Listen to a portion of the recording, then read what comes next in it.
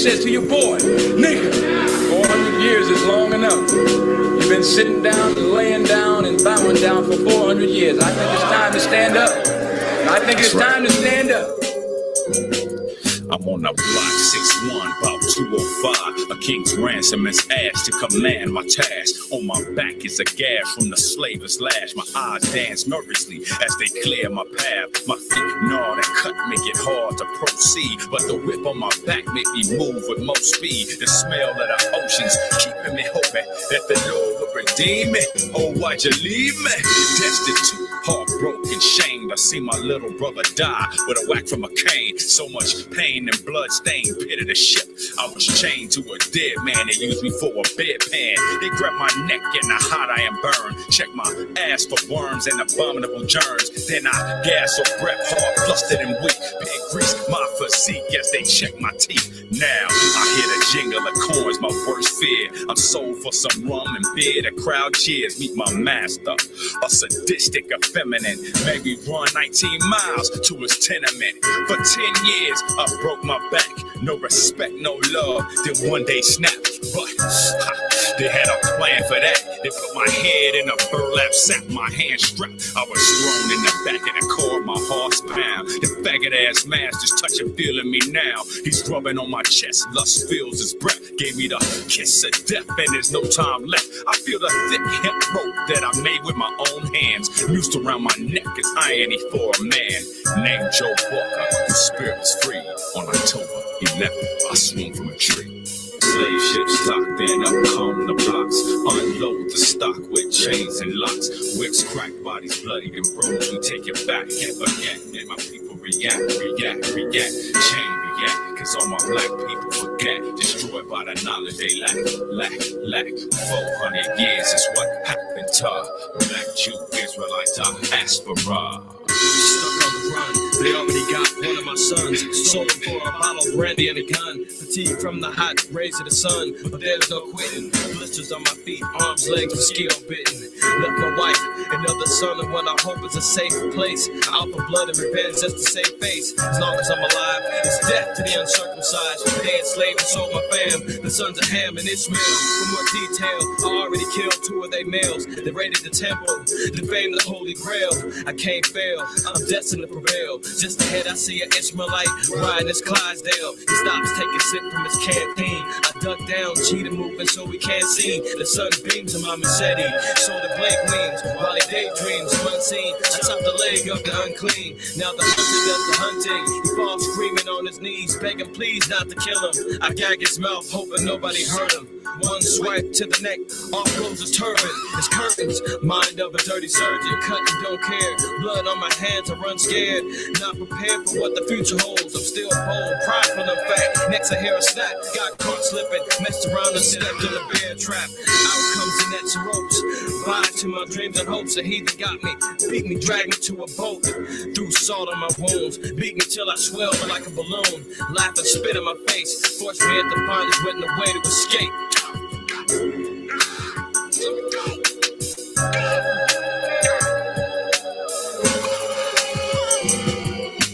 Slave ships docked and up come the blocks. Unload the stock with chains and locks. Whips crack, bodies bloodied and bruised. We take it back and forget. And my people react. Chain react. Cause all my black people forget. Destroyed by the knowledge they lack.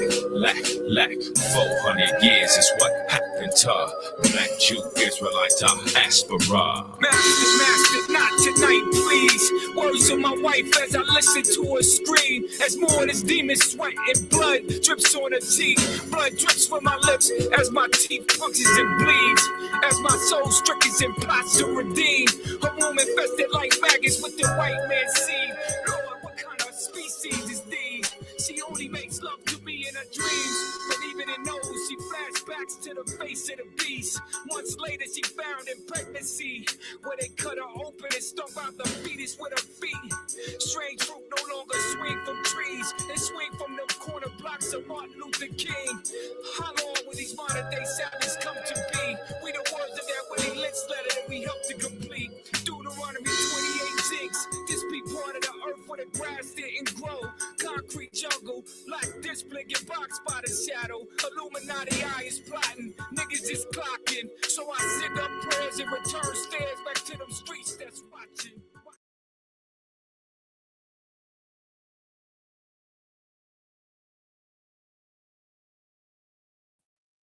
All right. All praises, honor, glory to the Most High. Why y'all was shot? It's your brother IQAhmath. I acquired first name IQ. It's all the same. You reach another episode. DSTM. Don't shoot the messenger. You can't do that. That's against the rules. Let alone you be breaking the law. You feel me? Prayerfully, everybody's doing well in the Shabbat. And welcoming you in. Good evening, all that good stuff. Good night. Good morning. Depending on wherever you're at or what time you watch this. Some of y'all ain't up with me. It's okay. Maybe I'll check it out tomorrow. Or maybe we might get some favor with YouTube and they might stop shadow banning the channel and actually send out the notifications and let our subscribing audience know that we actually got some work going on over here. We got the word going on out here, right? How's everybody doing? Hopefully everybody's doing well. If you're doing all right, throw a 7 in the chat. It's okay. You can come on in, salute your fellow saints as the scriptures call for us to do so. Right? Come on in. Come on in. 7's in the chat if you're all right, man. Let me know. If you're not, you know we got the prayer list active. We have no problem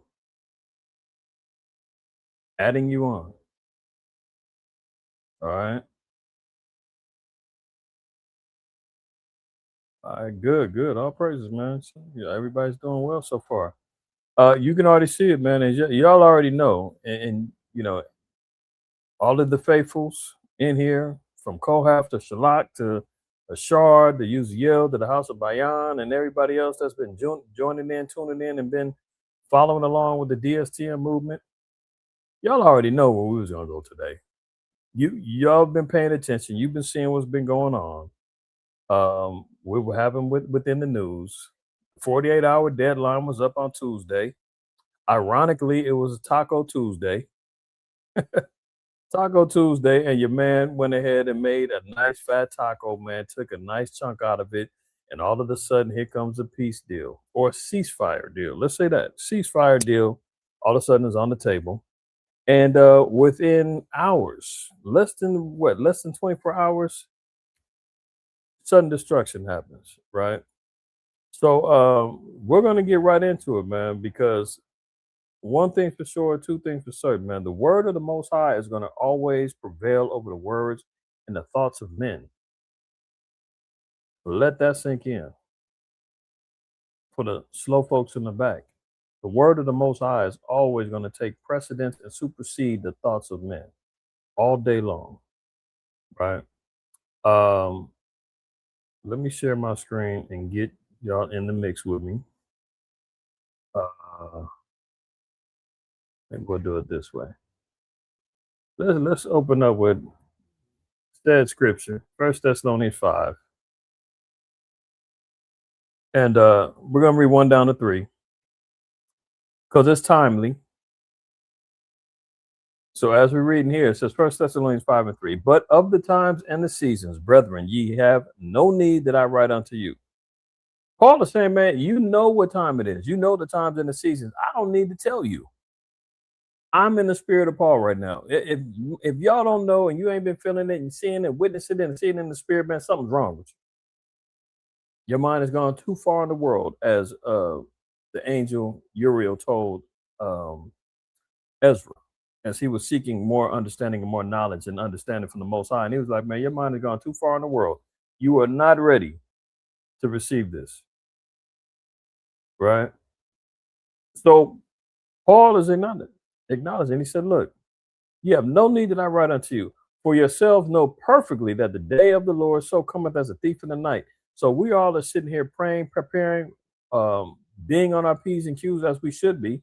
We're entering into the new spirit of renewal. That's going to be my lesson tomorrow for the closing Shabbat class, because what are we in? We're in the spring season. Everything's being renewed again. That's supposed to be reflective of our spirits and how we're, moving in a new spirit of newness with the purging of the leaven, coming off of the Feast of Unleavened Bread. Prayerfully, everybody had a good one. I know I did. Even though it went by super fast, I know I had a good piece of unleavened bread and Passover with the brethren and the sister, right? For yourselves know perfectly that the day of the Lord shall cometh as a thief in the night. For when they shall say peace and safety, oh, we've got a ceasefire. Oh, we've got a deal worked out. Everybody calm down. The strait's going to be opened up immediately. We're going to get everything back in order again. We've got a 10-point plan. Thanks to Pakistan. Bars. We've got it all worked out. Really. And your good old stinking hook nose AstroTurf GMO based organism occupying our land as squatters did what they do best. Bombs away on Lebanon, unaliving, I forgot what the number was. Let's just say multiple people. And I know they said over 100 people are injured. They bombed a funeral. I mean, good Lord.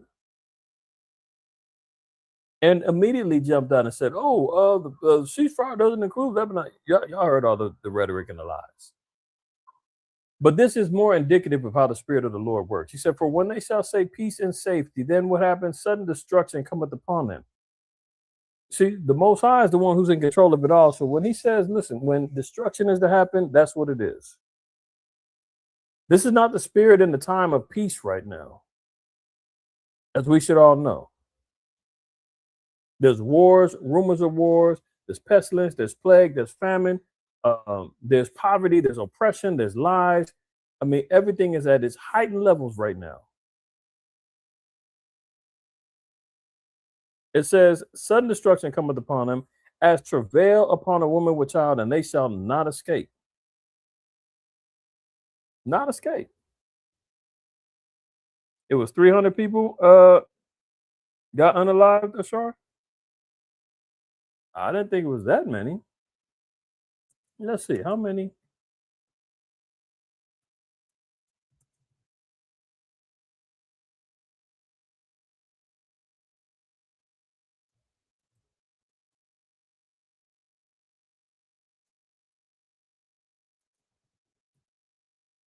What's the look now? They got 2024. Look how many times they didn't hit them up. Oh, where are we at? Israel's killed more than 100 civilians.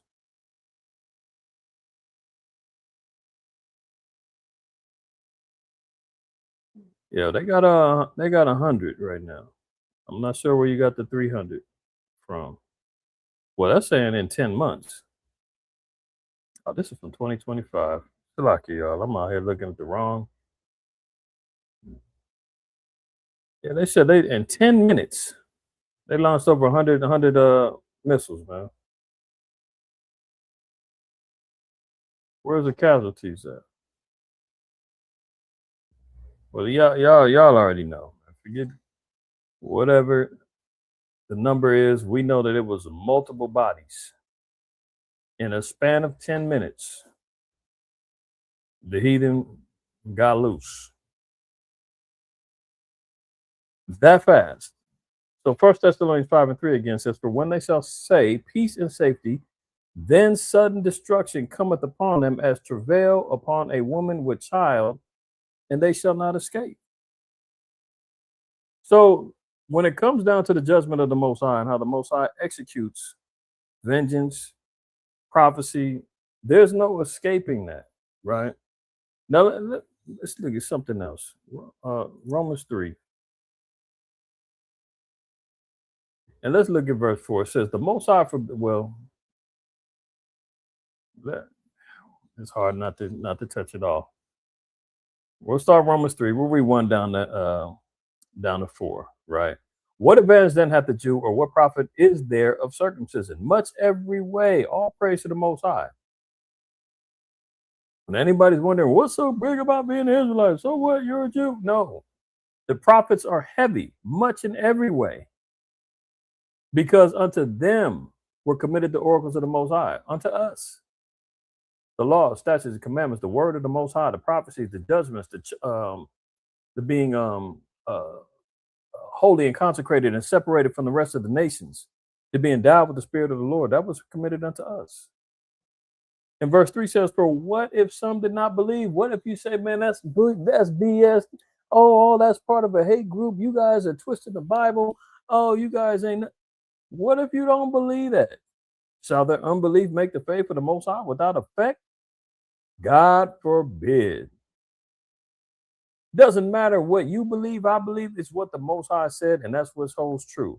That's what we stand firm on. That's what we invest our faith in. So what if you don't believe? So what if you say, oh man, the Bible's been tampered? So we're from Africa. Like, you can tell them till they blue in the face. It's what they have a term called cognitive dissonance, where it doesn't matter how much you can prove and show to somebody that their ideology, their religion, whatever the case may be, is false or has flaws or has question marks in it. They won't budge. They're going to just stick with it. It's all they know. You know, many of our people that's still trapped with the needle of Christianity, the needle of Baptist, Seventh-day Adventists, African Methodists, you name it, all them denominations, Islam, those needles are still stuck in their arm, man, and the IV drip is still going heavy in them. They don't want to pull it out. You can say, look, man, there's poison in that thing. Man, get it up out of you. Wake up. They're like, no, I'm comfortable. This is all I know. Let the drip continue. But because of their unbelief, does that make the faith of the Most High without effect? Absolutely not. The Most High forbid. Yea, let the Most High be true, but every man a liar. Right? Let everything that the Most High, the words of the Most High are pure. According to Proverbs 30. Let's get that real quick.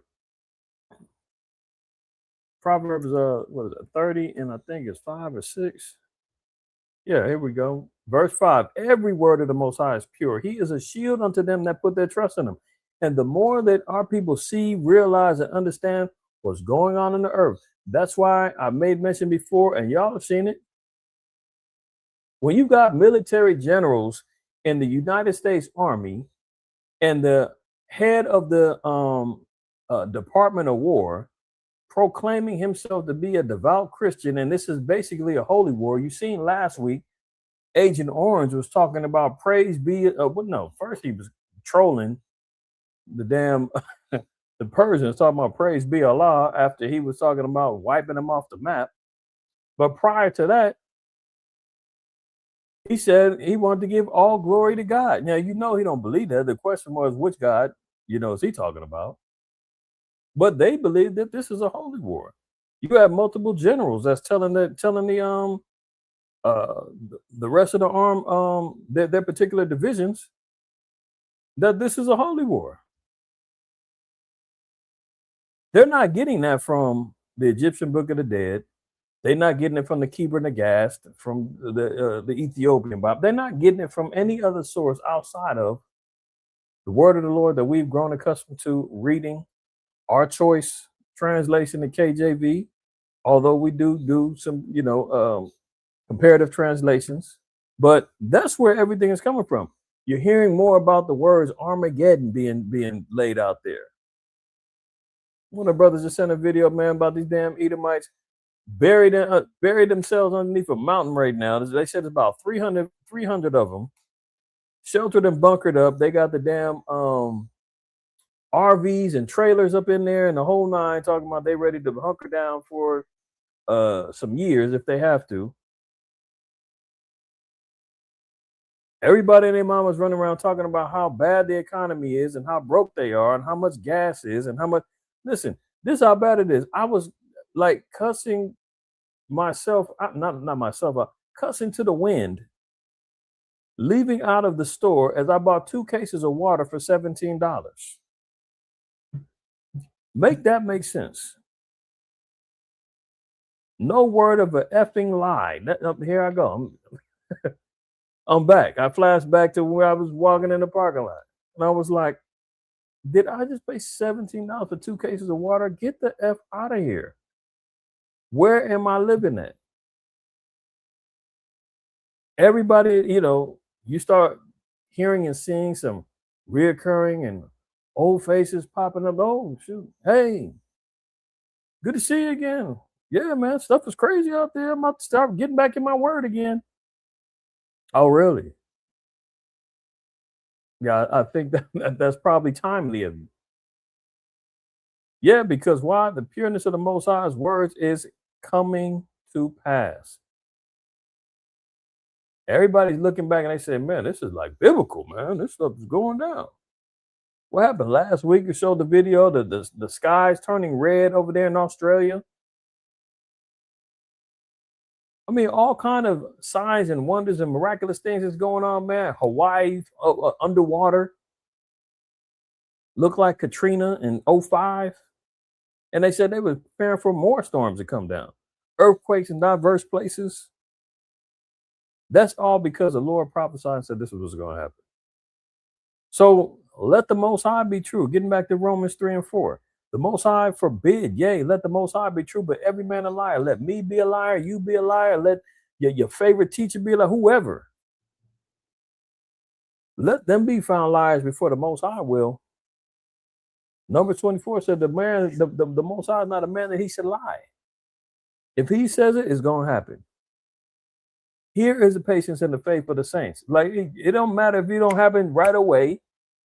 That's when we buy into the microwave society. That's when we buy into the Instapot. We want it right now, quick, fast, cook, on demand. No, we got to get out of that spirit. Because Yahweh told us, in your patience possess your soul. So that's what we do. We patiently move in this thing. But let every man be a liar, as it is written, that thou mightest be justified in thy sayings and mightest overcome when thou art judged. So we've seen America has been called out and seen and shown on their lies like it ain't no tomorrow. We just saw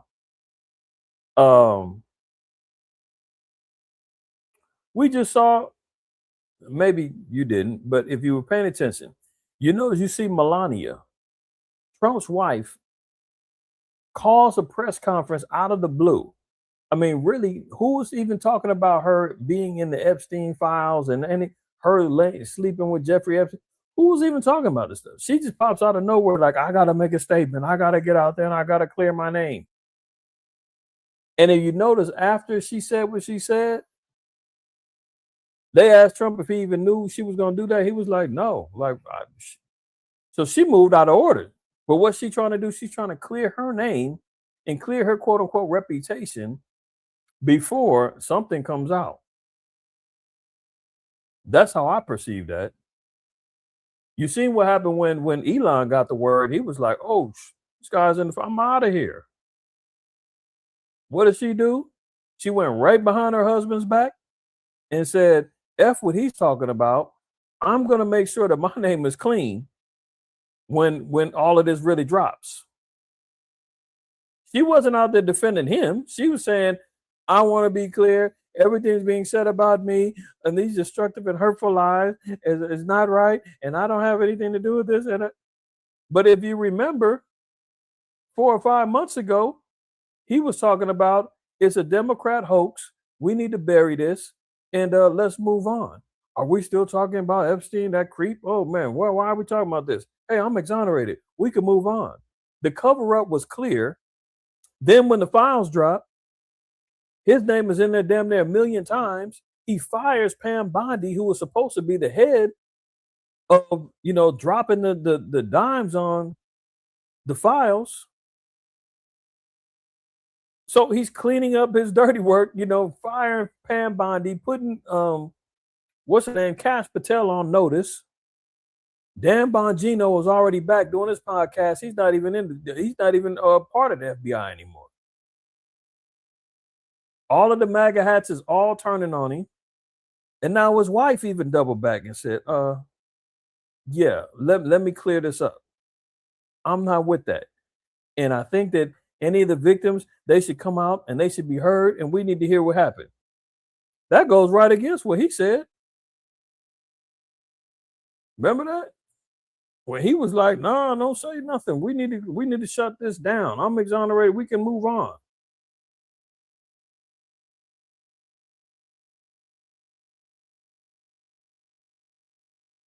Wild.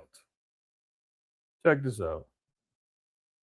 Sirach 25, verse 1. In three things I was beautified and stood up beautiful both before the Most High and men, the unity of brethren, the love of neighbors, a man and a wife that agree together. So there is no beauty in America. There's no beauty in that White House. There's no beauty in his marriage, right? Because why? The Most High said those are the things that make him see beauty. Stood up beautiful both before the Most High and men. The unity of brethren. MAGA is not unified. The Democrats, the Republicans, they going at it like tooth and nail. America's in a complete divide. You got ICE still running rampant in these streets, unaliving our people, accosting them, harassing, detention centers, i.e., camps, FEMA camps being lined up, detention centers holding 80,000 people being built up, alligator Alcatraz, the whole nine. No unity, right? The love of neighbors, that's out the door. As we see the rise of civil unrest and the whole nine, and race wars. A man and a wife that agree together. Well, clearly they don't agree, man. They ain't in agreement because after she was done, Trump was like, "Hey, you didn't tell me he's gonna go out there and put that out there like that. Hold on." She's like, "I'm sick of it, Donald. I'm sick of your. I don't want anything to do with this." All praise to the Most High. So that's what it is, right? Let's get to it, man. I'm gonna get started. Look at this, man. Allies fear they are tied to an erratic U.S. and now have nowhere to turn. Well, guess what? Why is it erratic? Because this is why we know America is spiritual Babylon. What's Babylon? Babel is Babal, meaning confusion. Let's double back. Maybe we get that out the Hebrew, right?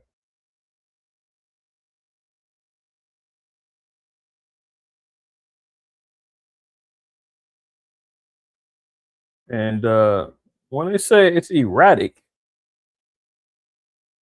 that means that it's in a state of confusion. Here we go. The Hebrew Babal or Babel, meaning confusion by mixing. What do they call this place? The great melting pot. It's full of confusion. You don't know if a man's a woman or a woman's a man. You got all these pronouns being used: he, they, them, she, that. Us. You dig what I'm saying? Like what you had Ketanji Brown, Supreme Court Justice, sister. Okay, I'm gonna give her she's a sister. And she was on a congressional hearing a few years back, and they asked her, "What's a woman?" She couldn't even answer. I mean, if that's not confused, I don't know what is. You're constantly hearing about all these particular lies and these propositions and these laws that's being laid out there. America's got the NSPM 7. Canada just passed a law outlawing quoting of the Bible, citing the Bible as a book of hate speech. It's going to trickle down here. Don't worry. That's what the NSPM 7 is all set up for. But this is a place of pure confusion. You don't know who's running the quote unquote White House. Now everybody says, "Oh man, the small hats run America. The Donald Trump bows down to the small hat." Where's Kanye when you need him? What was he saying 3-4 years ago? The obvious, parroting everything that he heard from us. And now all of a sudden he's being vindicated. He's just made $30-something million off of his concert that he just had out here at SoFi Stadium, and he's got a quote unquote hit record. Oh, now everybody loves him again. All he had to do is go out there and give a fake little apology. That doesn't negate the fact that everything that he said was true. But here we are in a state of confusion. And NATO and the rest of the nations saying, we're tied to this erratic nation. You know, this goes along with the prophecy in the scenario of the 10 horns hating the horn, turning the back on them, right? Distancing themselves from America. Friendly countries in Europe, Asia, and the Middle East are frustrated with President Trump, but also relying on the U.S. for their security. Yeah, see, because they're still stuck on the nipple. Remember, all the nations, you know, got to come to America to get their fulfillment. This is where their bread is buttered at. See this? Revelation 18:9. And the kings of the earth who have committed fornication and lived deliciously with her. That means that they've been able to profiteer off of America. They've been able to exploit America. They've been able to compromise their religion, their customs, and come over here and bask in the witchcraft and the folly and the fornication and idolatry of America and still be accepted. They're what? Going to bewail her and lament for her when they shall see the smoke of her burning. When America gets destroyed, all the nations that, you know, grew accustomed to slobbing on the poison teat of this whore, America, yeah, they're going to have a fit. And now we're seeing them here. They're like, look, we don't like this hoe, but we're relying upon them. They're our biggest import. You know, all the imports come to America. America is a place where all the rappers and everybody, the athletes and everybody talking about them driving foreign cars. You think they give a damn about Mercedes in Germany? They over there riding bikes and buses and trains. All that stuff comes over here. This is where the money gets made. All the nations going and sending their grain and their imports. You know, look, Argentina just signed that deal with Trump so they can import their beef over here. I mean, America is a place where everybody can get in. And then they also export everything from oil to gas. They got the tech companies over there in China, Apple and all of them set up shop. All of the colonization that America does in Europe and China and Indonesia and everywhere else. You can find a Popeyes, you can find a KFC, McDonald's, Burger King, you can find all that pizza, you find all that stuff worldwide now. That's all of them living deliciously with America, laying in the same bed. America's over there knocking them down at their house. They come over here and get a little piece too. But this is what it is. Crowning a year of disputes with the Trump administration over trade tariffs, support for Ukraine, and the future of Greenland, the Iran war has placed America's friends in Europe, Asia, and Middle East in front of an uneasy dilemma. Their most important ally is acting in ways that they see as erratic and that have already caused hardship and uncertainty. The war has sapped their economies, and even bigger shocks loom if the Strait of Hormuz remains closed, deepening the worldwide energy crisis. Yeah, we've seen multiple countries energy rationing now, from Japan to Australia and others, rationing off energy. I mean, it just shows you how fragile the energy situation is with many of these countries, man. When, you know, some of them had a month's worth of backup energy prepared, weeks. If not, they're in trouble. So we see the frustration that the nations are now showing. This is why we see from Jeremiah 50 and 51 and Isaiah 13 and Revelation 17, amongst many other chapters and scriptures and verses, Obadiah, about how the nations are going to turn on Babylon. The nations are going to grow more frustrated and more upset with their relationship with the mother of harlots. And they're ultimately going to turn on them. We're just patterning and we're just tracking how this is going to take place, and we see the spirit evolving more and more. You got all these nations and countries in Europe, Asia, and the Middle East now looking at America sideways, saying, "Why the f did you start this dang war? You're cutting our lights off. Our resources are now in jeopardy. Our people are starving over here. We're lacking fertilizer. We're not getting the imports that we used to be able to get from the Middle East, so that we can from the Strait of Hormuz, so that we can get the grain and we can get the fertilizer, so we can get the foods."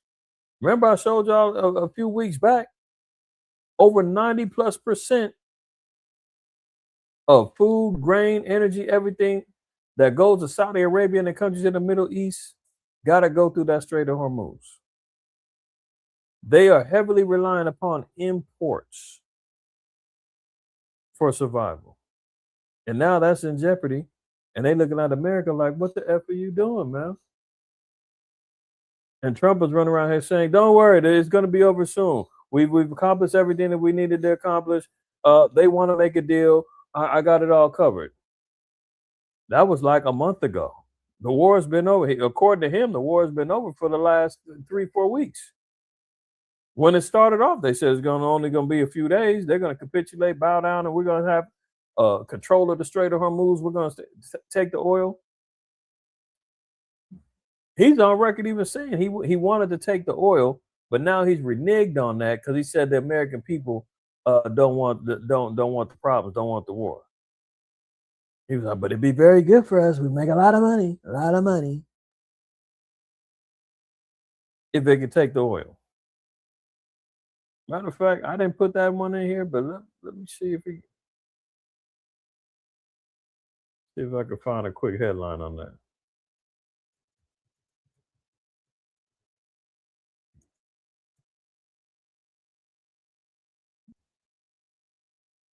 Look at this.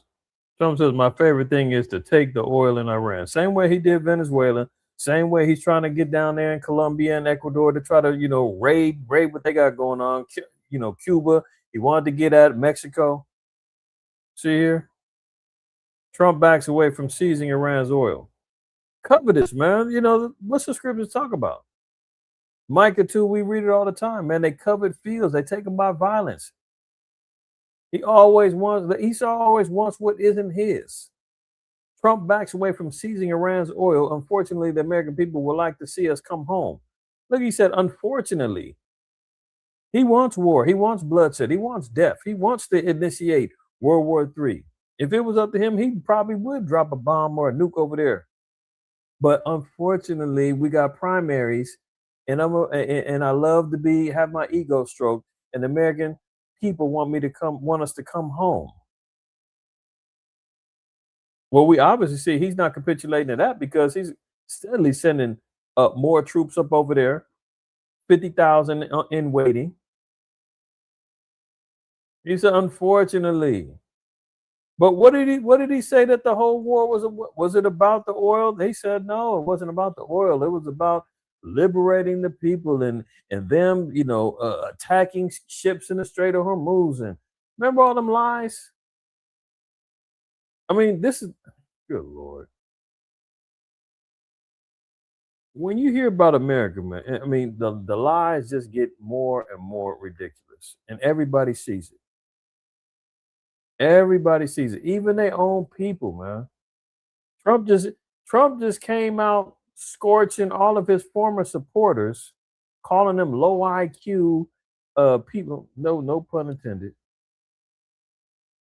Torching Megyn Kelly and who was it?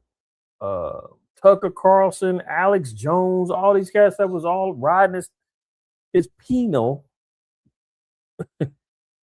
riding his ride, blazing him.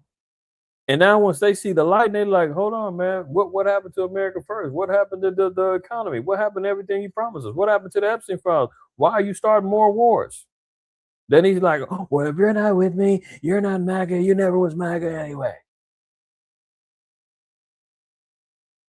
Remember, he kicked him out the hood? He booted him off the hood. He said, man, if you not down with what I'm doing, then you ain't MAGA no more. I'll tell you, man, They're high profile and gang banging in the White House right now, in the trap house. High profile gang banging. And they got the nerve to look down on the little savage, knuckle dragging Negro and Hispanic in the streets acting a fool. They doing the same damn thing on a higher level. Jeremiah 15:36, a sword is upon the liars, and they shall dote. A sword is upon, they shall be dismayed. Who's it talking about? Let's look up a little bit more. Verse 35, a sword is upon the Chaldeans, say of Yahweh, and upon the inhabitants of Babylon, and upon her princes, and upon her wise men. This is prophetic. This is talking about not ancient Babylon, but the future Babylon, the daughter of Babylon, America, right? And what is Babylon specializing in? It says a sword is upon the liars. Everybody is seeing it now. They're calling it out. Every little, political pundit from, that used to be down with them, from, like I said, Alex Jones to Tucker Carlson and all them cats, Joe Rogan, all of them now are like, hold on, man, we've been lied to. This isn't right. This guy is not, what we thought he was. Something happened to him. He's possessed. Nick Fuentes, Candace Owens, all of them then spit the Kool-Aid out, and they realized, it was poison. We this golden cup, man, that we've been slobbering over is poison. They spit it out, but now we're seeing heavy lies being told. Heavy lies. We'll focus on one today. What caused this so-called ceasefire to transpire, and what's on the line? Look at it. A sword is upon the liars, and they shall dote. A sword is upon her mighty men, and they shall be dismayed. A sword is upon their horses, and upon their chariots, and upon all the mingled people that are in the midst of her. Well, what's the mingled people? America is known as the melting pot. America is all of the mingled people, everybody that's joined unto them, is facing destruction. This is, in essence, talking about warfare that America is going to be involved in. And they shall become as women. A sword is upon her treasures, and they shall be robbed. If you notice, a lot of these political commentators and ex-war veterans, especially, are all saying that America is losing the war. Despite what they're telling everybody on the news, and despite what the press conferences and everything that, Agent Orange is jumping out there, they out here even talking about that Iran is the one who broke the ceasefire. Can you imagine? When clearly the small hands dropped bombs immediately. And they said, no, that was Iran's fault. Remember you're going to get a minimum of $2,000 because of the tariffs. How much they made trillions of dollars back in the tariffs, and you're going to get it back as a dividend in your taxes. And anybody get any notice on that? Anybody get that? Put a 7 in the chat, man. If Agent Orange, man, drop you some extra bread on in your taxes, like he said he would. Did that happen? No, I don't think so. He said he's a president of peace, and he stopped multiple wars. Meanwhile, he's engaged in multiple wars and bombed multiple countries since he's been in there. And he's only been in there a year and 4 months. Not even a full 4 months. So they got a lot to pay for, man. A lot to pay for. And we talked about this last week. A drought is upon her waters. They say over half the country's in a drought right now. And they shall be dried up, for it is the land of graven images, and they are mad upon their idols. Yeah, this place encourages idol worship. This place encourages fornication, wickedness, witchcraft. They love it.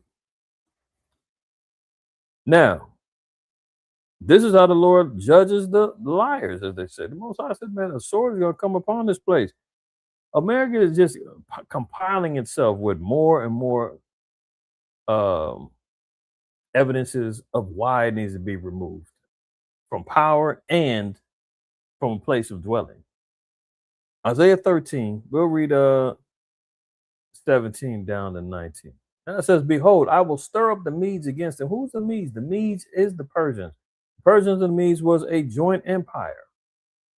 This is why we're hearing Iran as being at the center stage of the of this warfare. If you remember, and I'm sure some of y'all have seen it either on your own, but I know I played it at least a year or so ago or more. General Wesley Clark talking about how America had a 7-point plan to take over the Middle East, and they were going to take down multiple nations from Libya to Iraq, Kuwait, and the last one was Persia, or Iran, I should say. So it's always been part of the plan for them to have a final battle. But this is the one who's going to stir up the pot, right? Iran is going to be the one that stirs up the pot because who's aligned with Iran? Iran has China. Iran has North Korea. Iran has Russia. Iran has multiple nations that's getting their back. And now you're even seeing people throughout the world is now raising their eyebrows, looking at America sideways, saying, hold on, you keep talking about these Iranians, man, but it sounds like they just kind of defending themselves. It sounds like they're the ones under attack. You and Israel bombed them, man. Y'all packed them out. You jumped them. You dig what I'm saying? So this is prophecy where you see the Most High, and this is all them, the fall of Babylon. Look, let's jump up real quick. Verse 1, the burden of Babylon, which Isaiah the son of Amos did see. This is the burden. This is the destruction that's going to happen to Babylon. As we know historically, ancient Babylon didn't fall via major warfare. This is the daughter of Babylon that's going to be destroyed. Behold, I will stir up the Medes against them, which shall not regard silver, and as for gold, they shall not delight in it. You notice, America is the one who's buckling under the economic stress. Iran's not. Even though they was already dealing with, high inflation and, their economy was jacked up, but they're not tripping. This isn't about money for them. This is about money for America. This is about money for Saudi Arabia and the UAE. This is about money for Europe. Why? Because their economies is desperate. Their economies, they're dependent upon them. And guess what? Iran is like, hey, don't nothing move but the money, and ain't nothing moving through the Strait of Hormuz. Now what? They can't be bought off. There's no negotiating, trying to sign up and get new deals, and we'll fatten your pockets and what? No. They're not caring about silver and gold. They can't be bribed. America's always known to, what's Trump's favorite thing? The art of the deal. He thinks he can negotiate. He can do anything. Remember I played that clip maybe a month or two ago?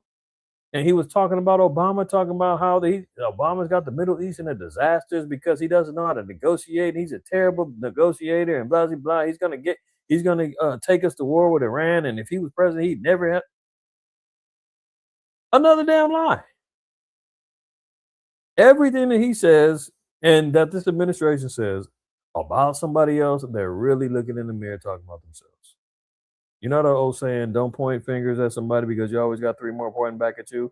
That's famously how Agent Orange and his administration is carrying out their business.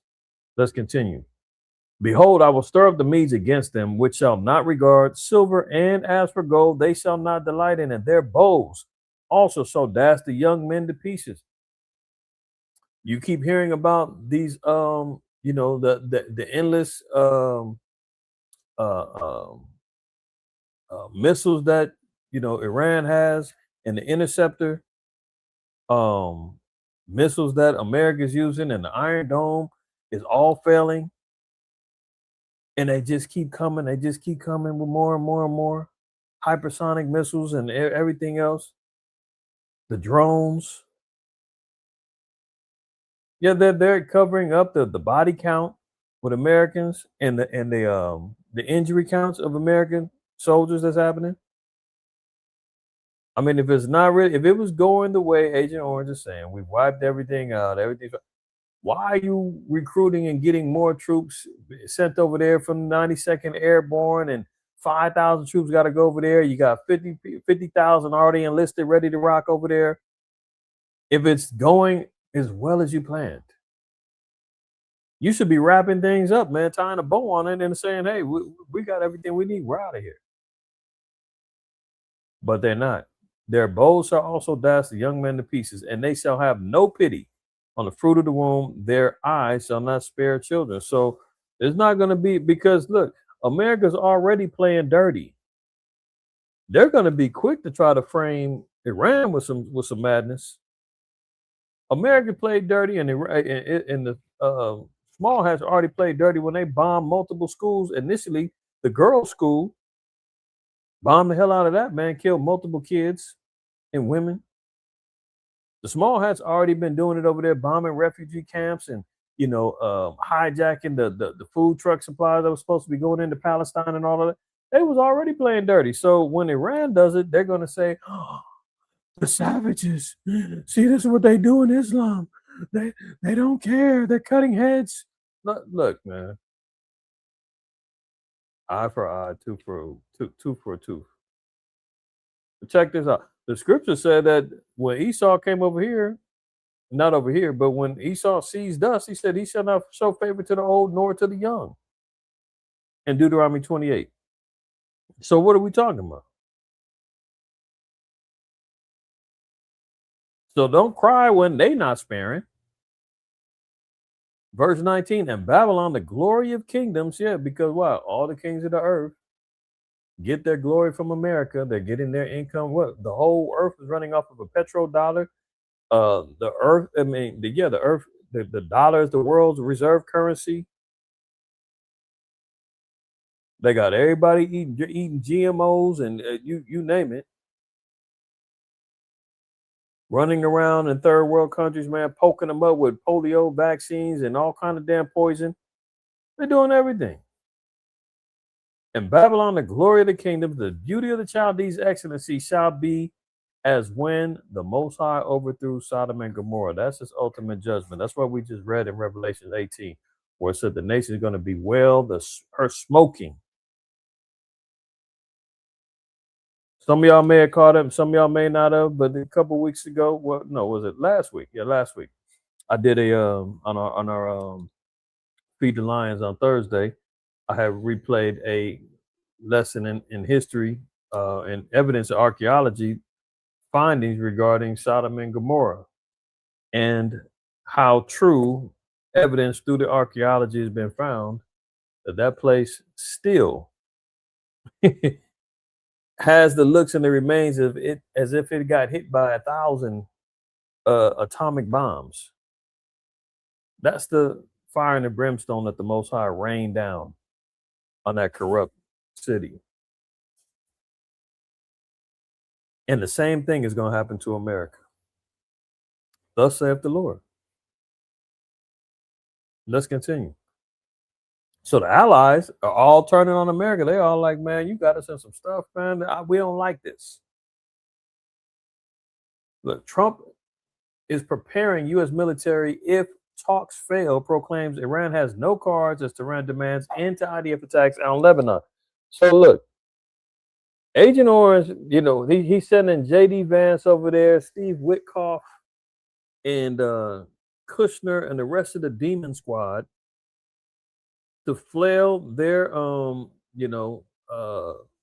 forked tongues with Iranian officials tomorrow. And first they said J.D. Vance was scared to go. I think they talked him into going, but I had a video. Let me see. Did I get it?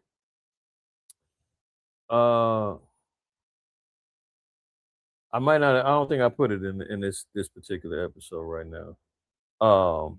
But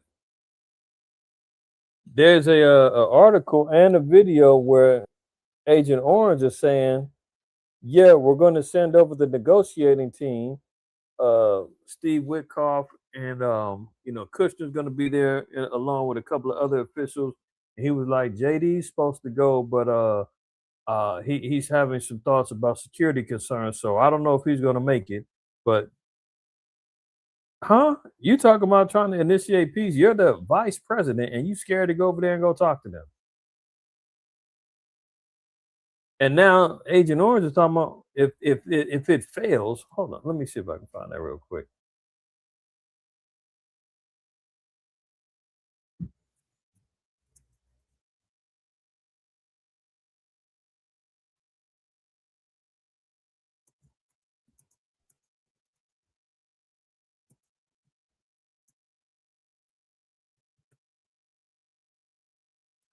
Yeah, here you go.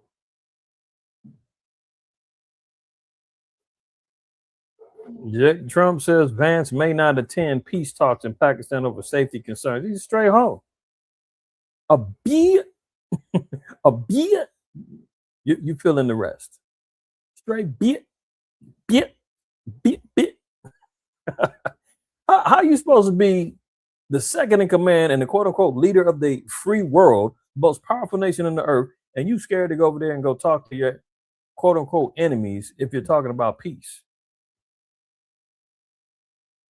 He's a hoe, man. But that's par for the course.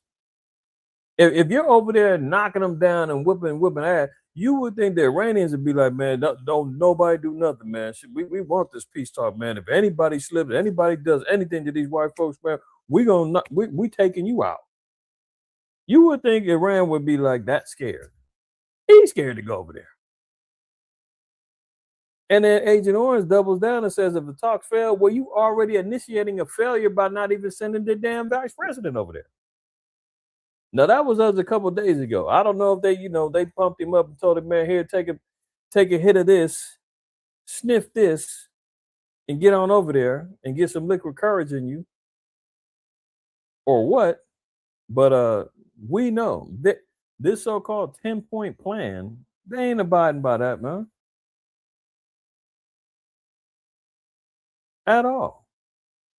So look at this. Iran makes clear Lebanon fighting must end or else Pakistan talks are meaningless as a delegation arrives in, quote, lockdown Pakistan. The speculation abounds related to ongoing Pentagon transport flights in the Mideast region. Trump threatens more military action if Iran doesn't comply. Says Iran has no cards. Also, as Israel-Lebanon talks scheduled in Washington next week. U.S. delegation headed by Vance en route to Islamabad. But Parliament Speaker makes a fresh demands on Lebanon. So, they're constantly double down into saying what they want, what they won't accept, what they will do, what they won't do.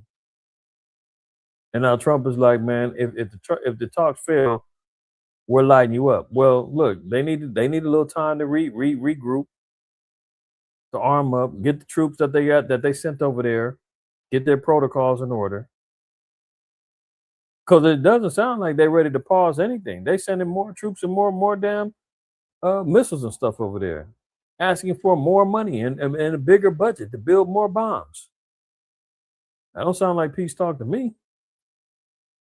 Look at this. China is fueling Iran's ballistic missiles. So in the spirit of Revelation 16, where it said the kings of the East are going to be coming forward to make war. Well, yeah, you see China joining in the fray, helping out Iran.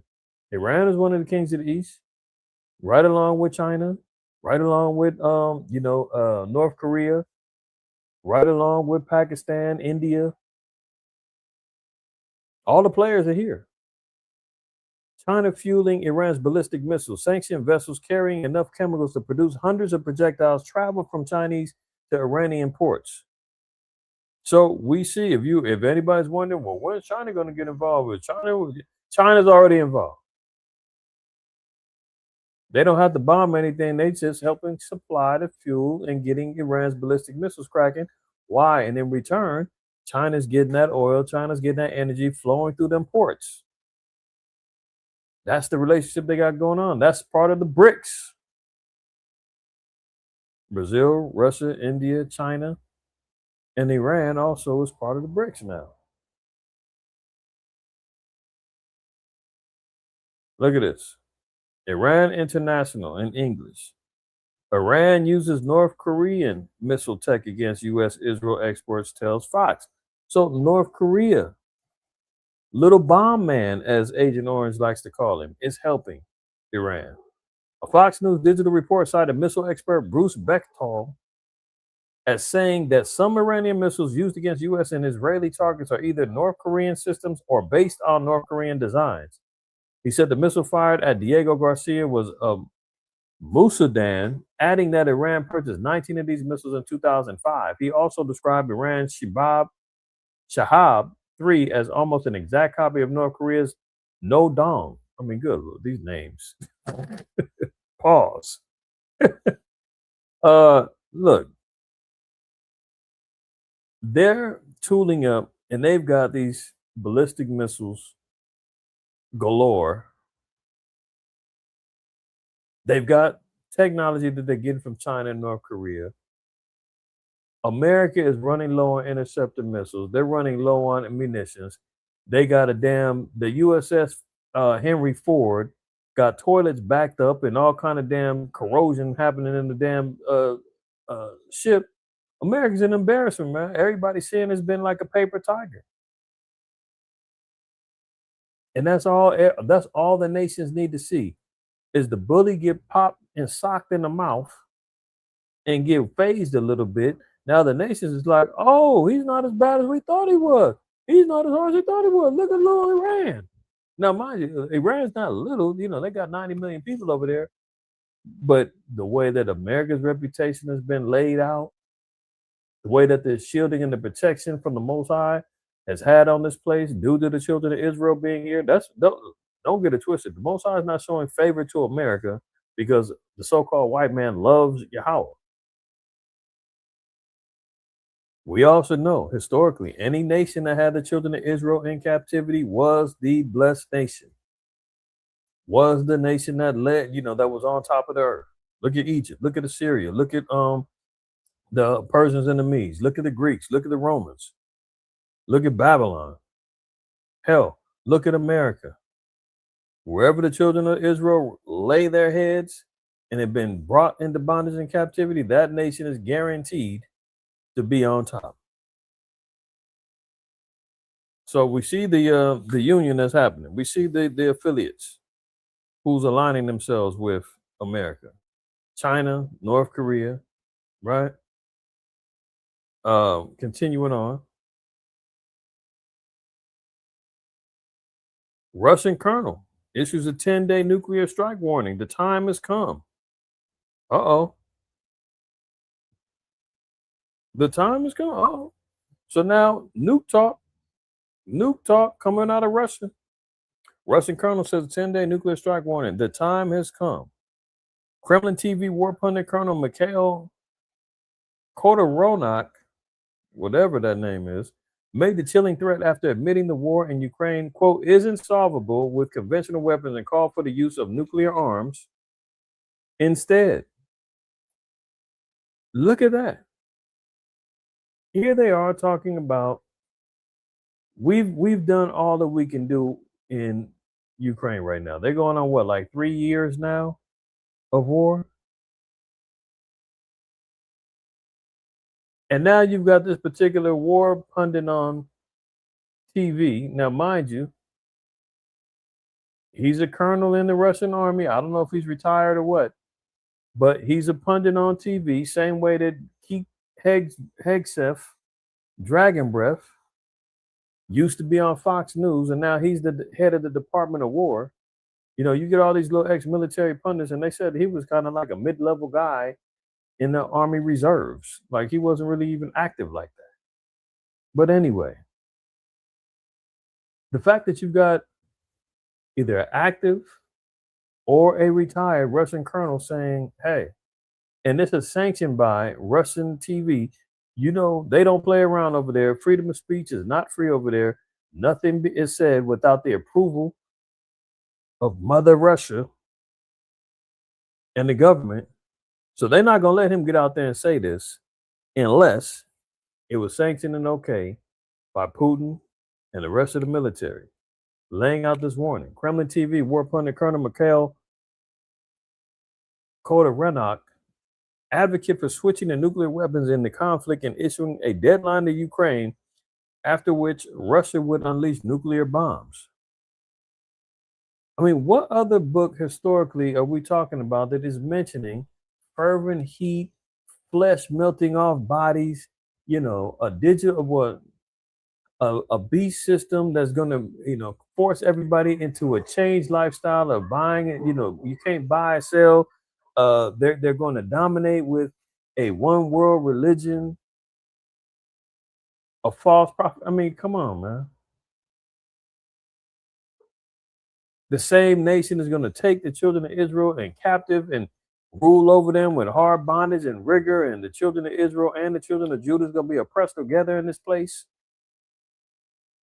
And here they are talking about nuclear war and bombs being active within 10 days. Now, I'm pretty sure this is a bluff, or he's just suggesting this, putting it out there in the atmosphere. But at the same time, the fact that this is even a real conversation that's being had on national broadcast media in Russia, and the government said it's okay, don't censoring, that should tell us something. Ukrainian leadership will be faced with the question of whether the country will be left in complete ruins or we move to some kind of peace agreement. He said the task isn't solvable with conventional weapons, the ones we have, so perhaps we should switch to special nuclear weapons and end this conflict within 10 days or by May 1st. Yeah, May 1st, what is that, May Day for them? I forgot what historically that means for them, but that's like a folly day for them. That's like their Independence Day, I think. What is May Day for the Russians? It's the reason why he said May 1st.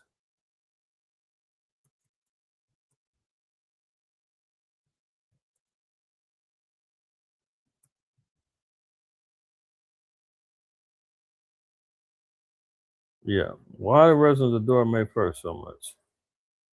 It's the International Workers' Day. International Workers' Day, also known as the Day of Spring and Labor, which commemorates the labor movement and workers' rights historically originated from the Haymarket.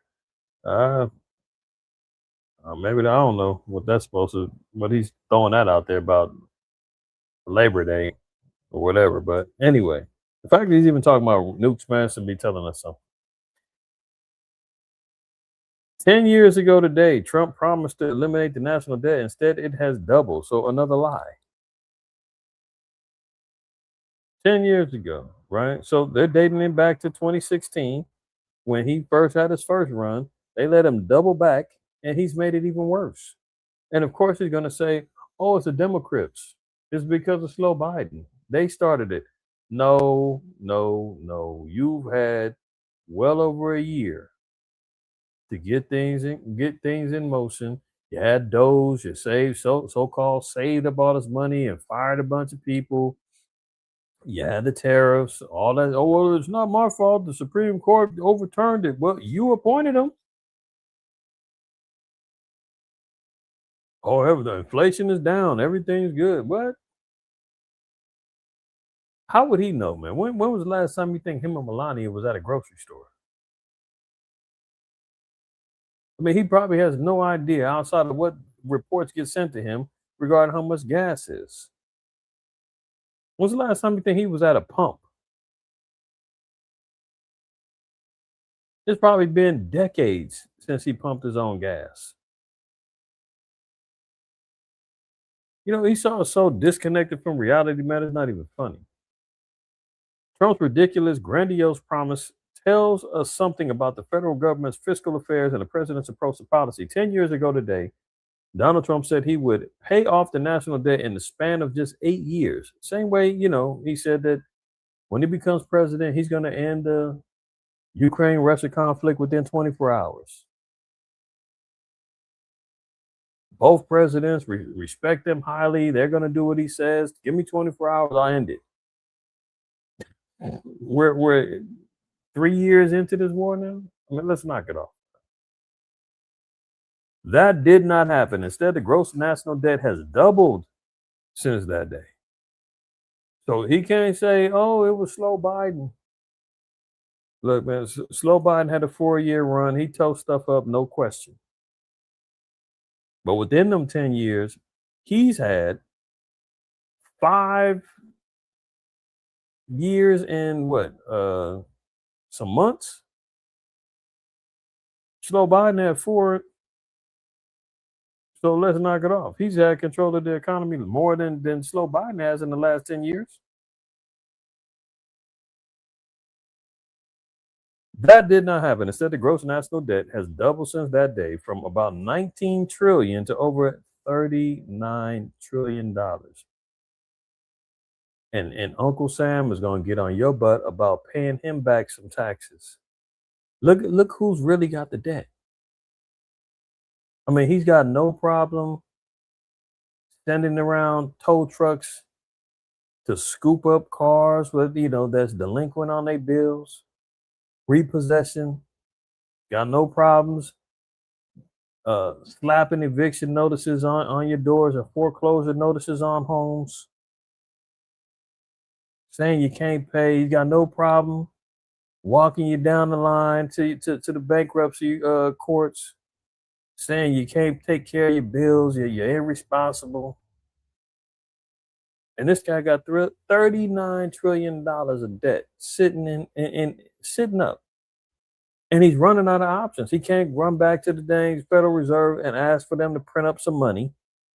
We need a loan, print us up some more money. They like, inflation is already too high, man. You're going to destroy yourself. Give me the money. I need it. No, we can't print right now. We're lowering the interest rates. Oh, we're going to increase the rates. We got to balance this thing out. We can't let you destroy it. Okay, well, I'm going to sell bonds to the nations. I'm going to sell our debts to them. And they'll invest in the debt because we're going to pay them back with interest. The nations is like, we're not buying no more of your debt. That's out. We're not paying your bills no more. See, that's didn't what's the name of that group? The Destiny Child. Didn't they have that song, Can You Pay My Bills? That's the great whore. They go to the nations, man, and say, man, buy our debt. Can you pay my bills? Can you pay my bills? And the nations is like, hell no. We're not investing that. That's a lost cause, man. We've been flushing our money down the toilet with you. And all you keep doing is saying that, well, I promise I'll pay you back. For my old school folks, man, I remember Winky from Popeye. Was that his name? Winky? We always used to say, I'll pay you Tuesday if you give me a hamburger today. Tuesday come around, Winky still broke. That's America, man. $39 trillion. The gap between Trump's outlandish promise and the brutal fiscal reality of the past decade is not just political gotcha. It's also an apt illustration of how far and how fast the debt has spiraled. And it's a painful reminder of a missed opportunity that Americans will be facing for a long, long time. Wimpy. All right, there y'all go. I was off. What'd I call him? Dink? Wimpy. That's right. Wimpy.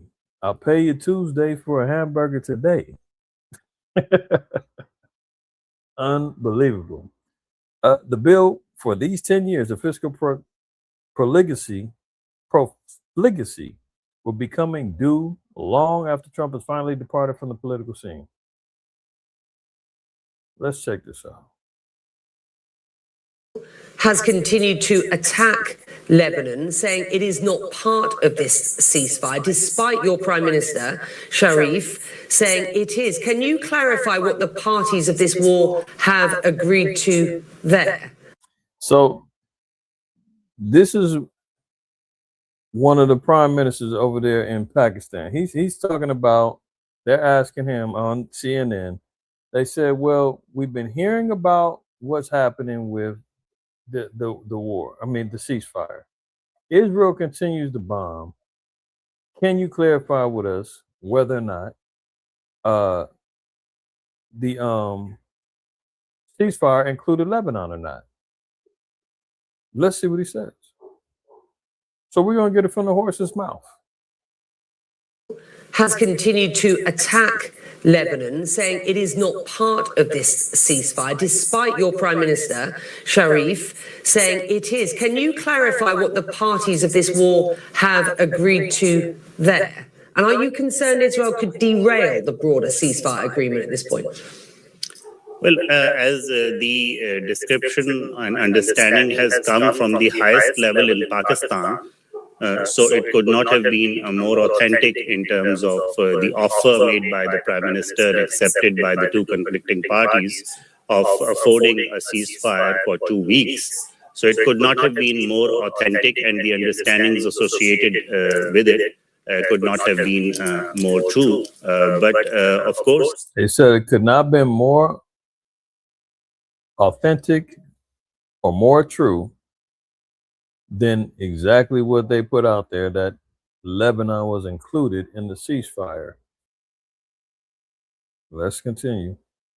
This is a situation of a ceasefire that could be disrupted, and there have been instances in the past where ceasefires have been disrupted. So we perhaps would all want for the best to happen.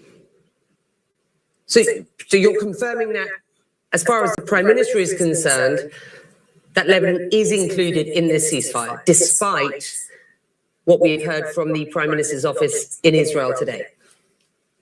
Well, as Pakistan is a faithful facilitator, I think the understandings coming from the highest level in Pakistan need to be accorded primacy and certainly authenticity. See, he kind of, filibustered a bit when he said they need to be, respected with all the authenticity because we're faithful partners in this whole thing. He should have said, that's exactly right. Yes, they were included. I don't know why America and Israel saying what they're saying outside of them being devils. There you go. Straight post from the Pakistan Prime Minister. With the greatest humility, I am pleased to announce that this is I think this is the president of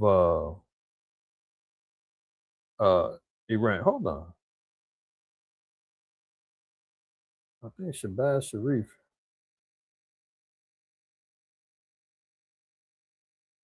I don't want to get it twisted. Okay, no, he's Pakistan, Prime Minister of Pakistan. That's right. I said it right the first time. So he pops out, right? Puts it on X. 12.9, almost 13 million views.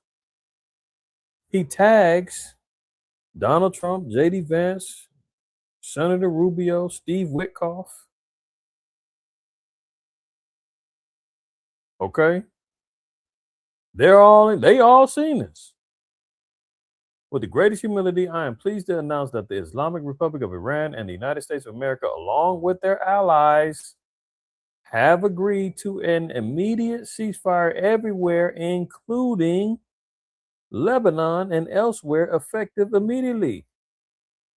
After they made the deal, he goes public, goes online and says, hey, look what we did. Specifically highlighting that Lebanon was included in the deal and tagged Trump, Vance, Rubio, Witkoff, all of them was in on it. They all heard it and understood what the terms were. Small hats go over there, man, commit more bombings and unalivings, and they double back and say, they wasn't part of the deal. We didn't agree to that. Always lying. I warmly welcome the sagacious gesture and extend deepest gratitude to the leadership of both the countries and invite their delegations to Islamabad on Friday, the 10th of April, to further negotiate for a conclusive agreement to settle all disputes. Both parties have displayed remarkable wisdom and understanding and have remained constructively engaged in furthering the cause of peace and stability. We earnestly hope that the Islamabad talks succeed in achieving sustainable peace and wish to share more good news in the coming days.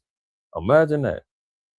And they got tagged in it. How come, Trump is so fast to jump on Truth Social and lay out all these damn trolling posts? Why didn't he jump out and say, hold on, Shabazz? That's not true. Take that post down. You need to correct that. It's not included. Why didn't they correct it? Because they know damn well they was lying, man. Here you go.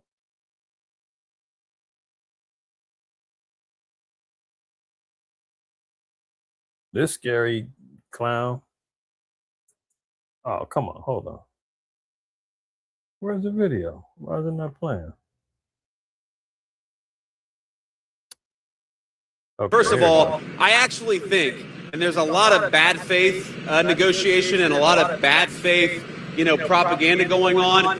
No, hold on. He's already speaking down on the peace talks. He's already speaking down on any negotiating. He said everything's being done in bad faith. Bad faith on whose part, though? JD? Huh?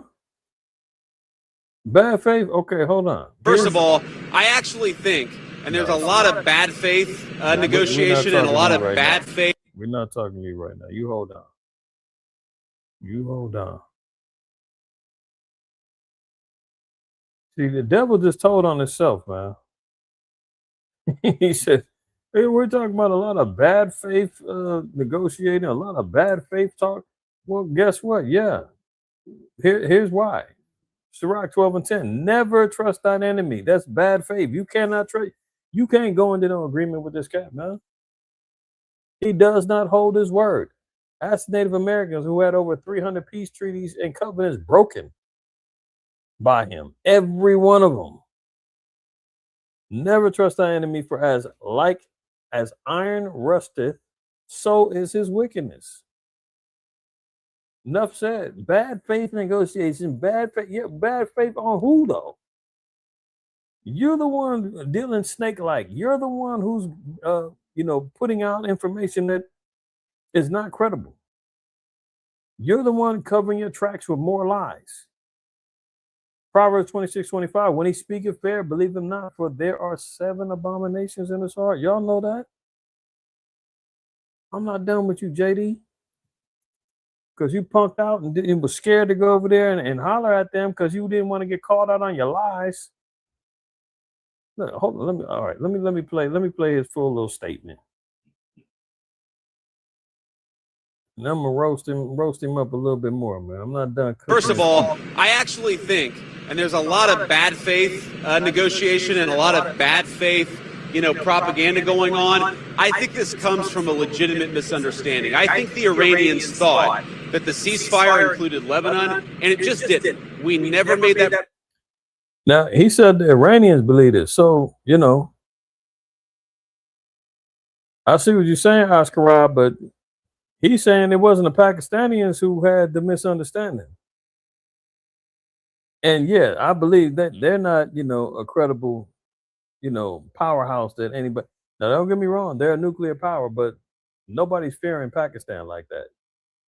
So, for them to try to pull everybody into their corner and say, look, both of y'all straighten it up or get out of here, they ain't got the power like that.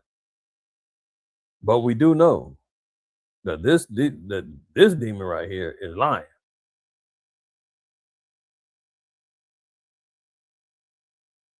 Now he's double back saying, "Oh, it's in bad faith." Bad faith. Yeah, okay. We know dealing with you is in bad faith, but people do it anyway. The ceasefire included Lebanon, and it just didn't. We never made that promise. We never indicated that was going to be the case. What we said is that the ceasefire would be focused on Iran, and the ceasefire would be focused on America's allies. Look, if Iran wants to let this negotiation fall apart in a conflict where they were getting hammered over Lebanon, which has nothing to do with them, and which the United States never once said was part of the ceasefire, that's ultimately their choice. We think. So this is how you know he's speaking with forked tongue. Look, he's saying it's about America and its allies. So you don't think Iran said, well, hold on.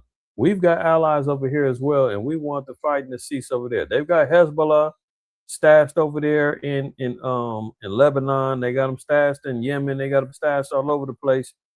You don't think they said, well, you looking out for your homies, but we got to look out for ours too.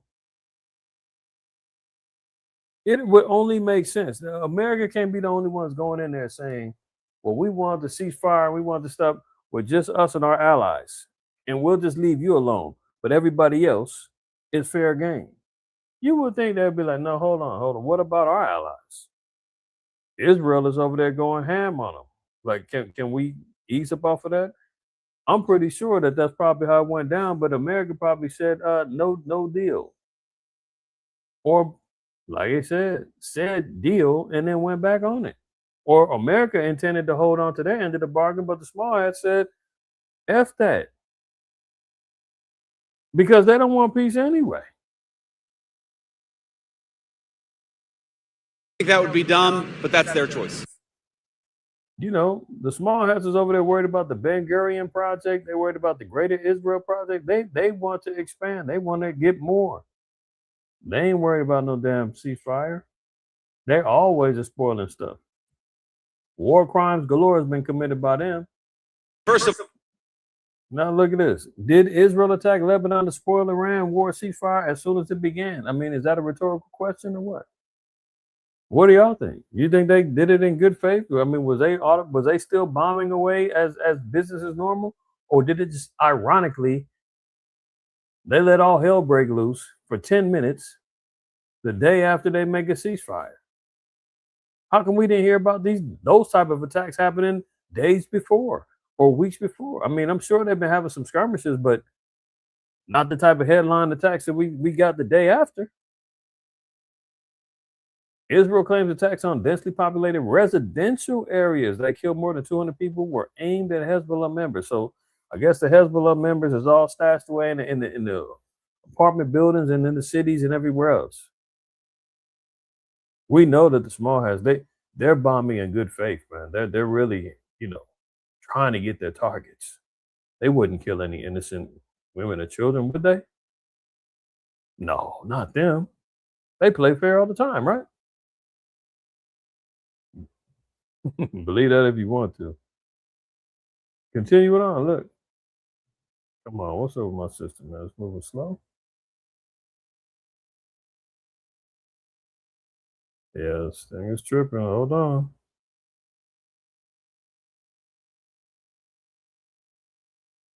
Yeah, this thing. Okay. Slack, y'all. Had a little issue. Here we go. But look at this. Iran's ceasefire allows for Netanyahu's corruption trial to finally resume. So at the same time, this demon is on trial for corruption. Remember, he had a warrant out for his arrest. They finally caught up with him. He's facing his charges. However, this should let you know too, all the time when he got to face some stuff, bombings occur. They always pause everything, and then he ends up skating and back in everybody's faces, calling shots and telling Trump, get on your knees. So I put this out here just to kind of show that do not be surprised if we hear or see some wild escalations in bombings or wars or some scandal go down with the small hats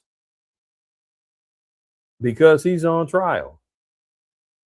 It's always a distraction. It's always a Hegelian dialectic with him. Never let a good crisis go to waste. Problem, reaction, solution. Israel is lifting its state of emergency given that the Iranian ceasefire appears to be holding, and with that, Prime Minister Benjamin Netanyahu long-running corruption trial will resume in the coming days, according to Reuters. With the lifting of the state of emergency and the return of the judicial system to work, hearings will resume as usual, a statement from the Israeli court confirms. So, he's on trial. They ain't finna let him get dusted off in the midst of the war and his quote-unquote leadership and his influence on all the nations in the world, in particular America. Something's going to give in order to thwart this and prolong this trial. It's been years, man.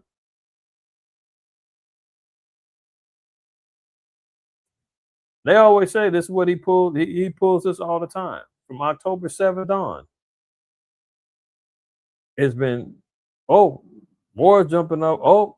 We just got hit. We got bombed. We got to defend ourselves. We can't go to trial right now. I'm actively out here trying to save my people. So don't be surprised. They said 2 weeks. With him being on trial, I expect some most stuff to jump off. Who knows when? Within days, within a week, who knows? But it's always something goes down. They're not going to have no peace so that he can be finally, put on trial for his corruption and he faces his judgment. They're not going to let that go down. Some distraction is going to happen. That's my feeling. I'm going on record with it. If it happens, we'll see. Trump team explores punishment for NATO countries that didn't support Iran in the war. See? Now, hold on, man. Speaking of the, I meant to get on JD, didn't I? Didn't I say I was going to get on him some more? Come on, what is going on here? Lucky, y'all. There's something. Computer, man. Let me double back. I said I was gonna get on JD and his line, but it just didn't happen. We didn't have an agreement. Psalm 58:3, the wicked are estranged from the womb. They go astray as soon as they be born, speaking lies. Man, the so-called white man, he cannot help himself. He has to lie. It's in his DNA. It's how he's always been able to get along and finagle and finesse his way in life. You know, it just is what it is. Isaiah 44, we're going to read 24, and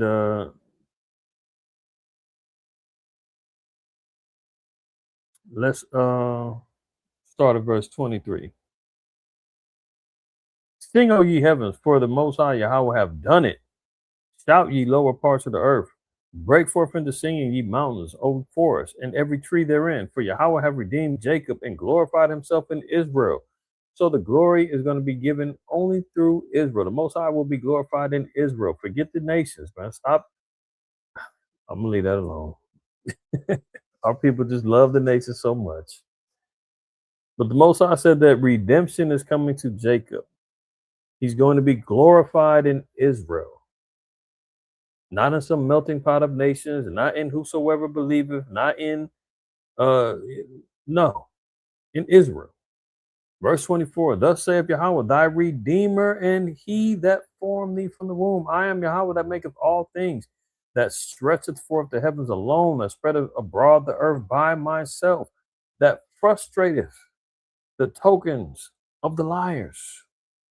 The Most High is constantly going to frustrate the tokens. These are the signs, these are the wonders, these are the covenants, these are the words that the so-called white man has put out there, man. Notice he said that a sword is coming upon the liars. He's going to frustrate the tokens of the liars. Man, everybody is seeing how America is flat, all over the place, dazed and confused, can't tell one lie without telling another lie, losing themselves in their own lie.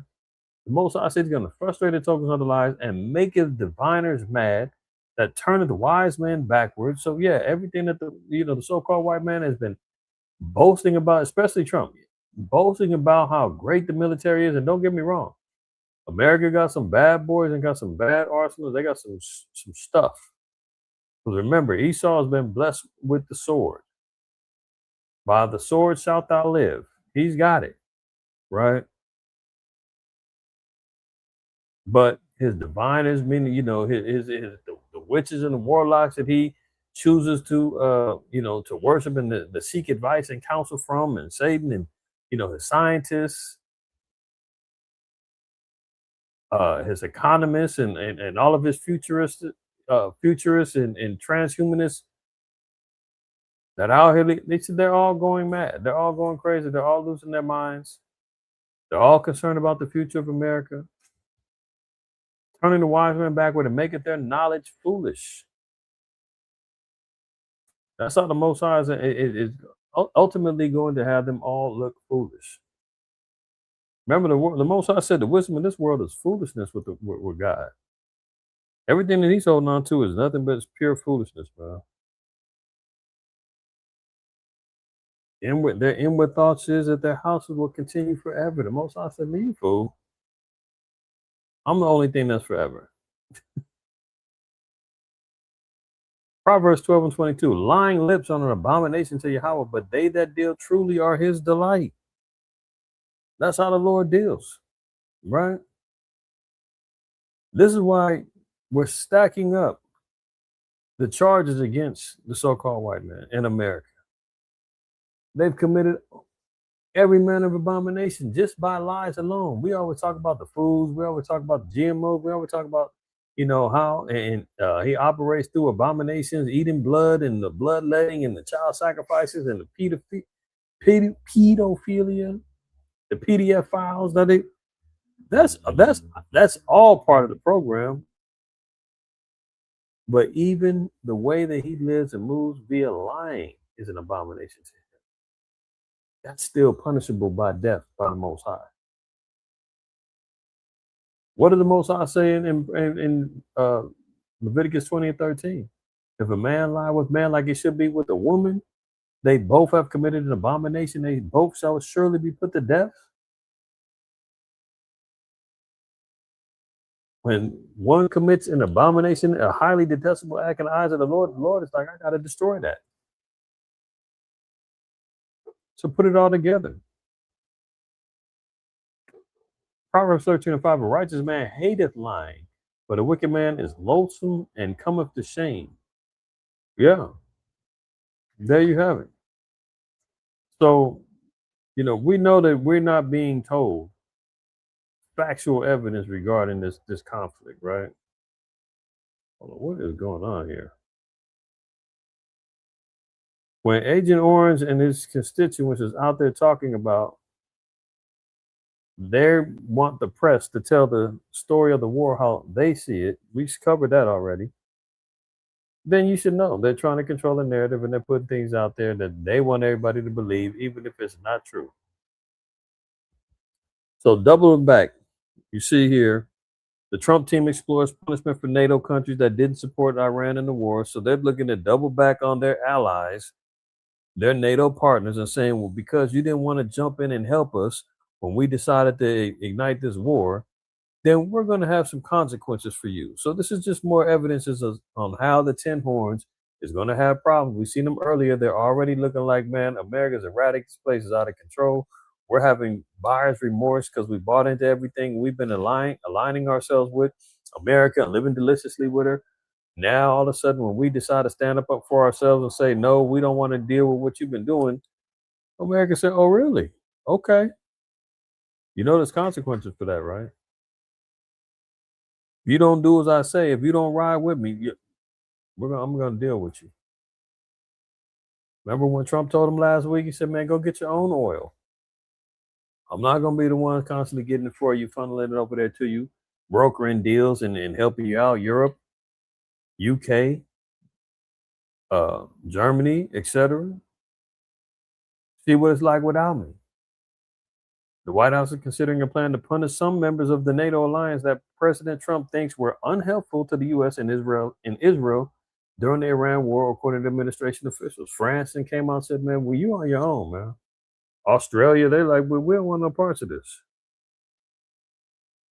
So what's America doing? Okay, well, fine. I'm not going to help you get no oil and energy. Deal with it. That's just one thing. They've been already threatening to back out of NATO. So there you have it, man. If you don't live by the rules of the house of the matter, man, he's gonna punish all the hoes. Bottom line, you don't do what the pimp says, man, there's punishments. Look at this. With Iran setting limits, Strait of Hormuz remains thorny politically. Even after a ceasefire, Iran is keeping a chokehold on the traffic, forcing countries to cut deals that could put them at odds with the U.S. So remember, Trump was saying, open up the strait immediately, and blah, blah, blah, blah, blah. Iran said, well, man, hold on. You ain't going to tell us how to run our business. We'll have a ceasefire for 2 weeks, and we'll systematically open the strait to who we want to. The Iranians are willing to negotiate with certain countries to secure voyages, but only on a case-by-case basis. So it is not open. And Trump was fuming after this. He said, that's not the deal that we agreed to. I mean, already there's schisms and there's already problems. We seen through J.D. Vance talking about we didn't agree about Lebanon. Trump saying we didn't agree about the strait. It's supposed to be wide open again for 2 weeks. Now you're talking about it's only open to who you want. Hey. How confident are y'all that the ceasefire is going to be extended after 2 weeks and they're going to get this thing figured out and we're going to get life back to normal? How confident are you? If you honestly you feel like, hey man, there's a shot, man. I got faith in Agent Orange, man. I got faith that this ain't the beginnings of the end. You know, as life as we know it. It's okay. You can put 3 in the chat.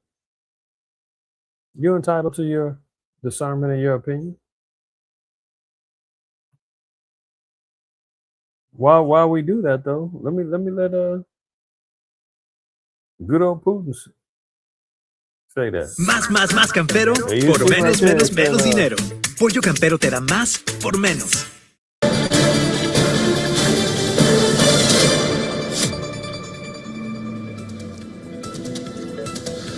All right, so now some breaking news that has come in from Moscow, where Russia has issued a stark warning alleging that the European Union is quietly exploring the development of its own nuclear weapons capabilities. Moscow said that this move will destabilize global security.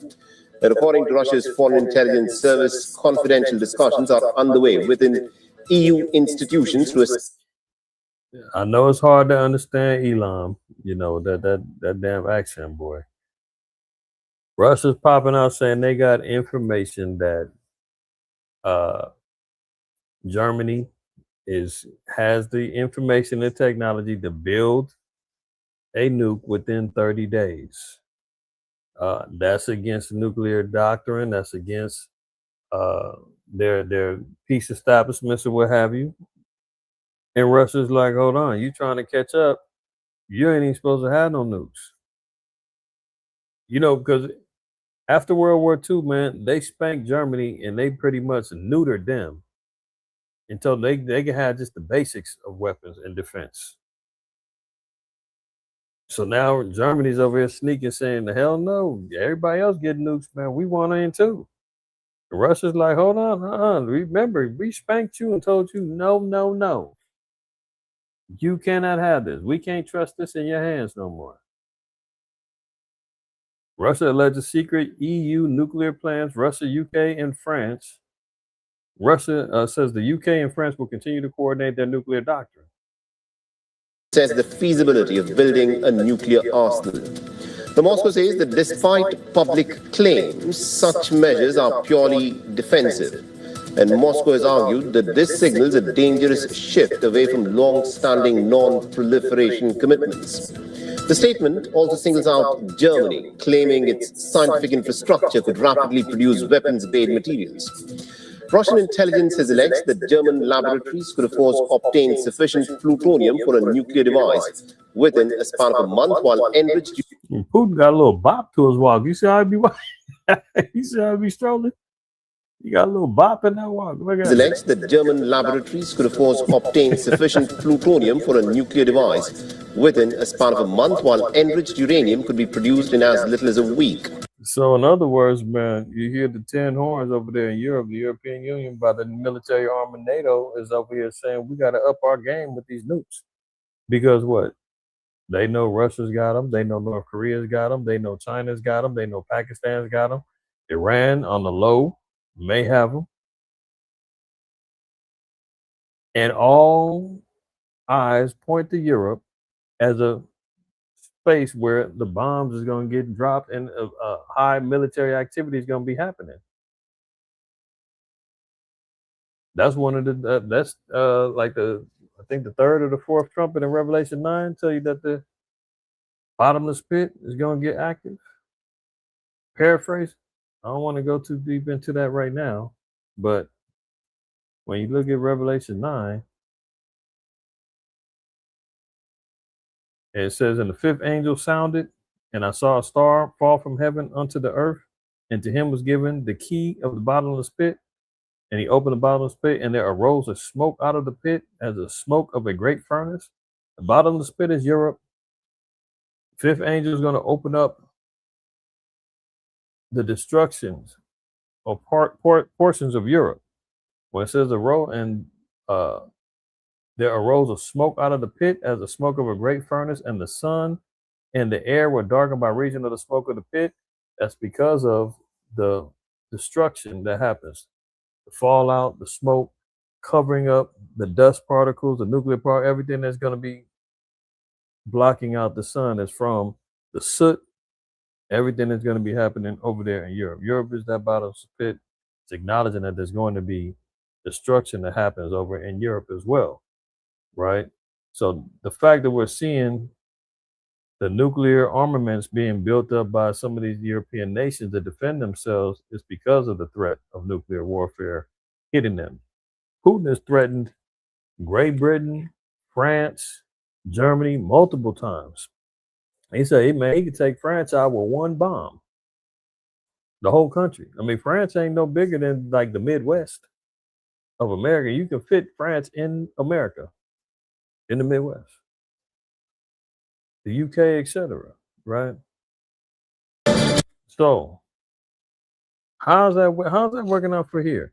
Here they are talking about ceasefires and peace deals and all this other stuff, but at the same time, they are automatically registering young men for the draft effective December. You know, when they turn 18, you used to, get them notices in the mail telling you got to register, for the draft and blah, blah, blah. And, I know as a kid, I never did that. When I was 18, I don't even remember getting no notices in the mail. I don't know. But they come out. I know in some states, when you get a driver's license, they automatically register you for the draft. Your son is just turned 18 or whatever, and he went to go get his driver's license, they automatically taking that. One of the brothers told me they did that with his son. He's down south. So I know some areas they was already doing it, but they were still kind of optional. Like they would send you the information in the mail, tell you, it's your duty if you don't, jail time and all this other stuff. Now they even taking that option out. Eligible U.S. men will be automatically registered for military draft pool beginning in December. So family, y'all got kids 18 to 25, man, they're already in the system. Social Security numbers already there. They already got AI and if they're employed, IRS, they all submitting all the information, man. They automatically are putting them in the draft. So let's do the math, man. America, this same demon right here, he asked for $200 billion, right, to increase military spending so they can get some more weapons on deck. They just asked for $1.7 trillion for defense spending carrying over into 2027. Now they're shipping more troops over there to the Middle East. Now they're saying we have to have an automatic draft. We can't afford to not have all hands on deck the way this thing is going.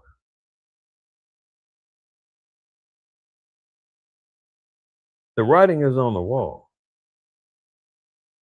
Now, my sons haven't reached the threshold yet. So I'm going to be quiet. But if you have children in this age range, you got to start thinking about what and how you want to proceed in this country.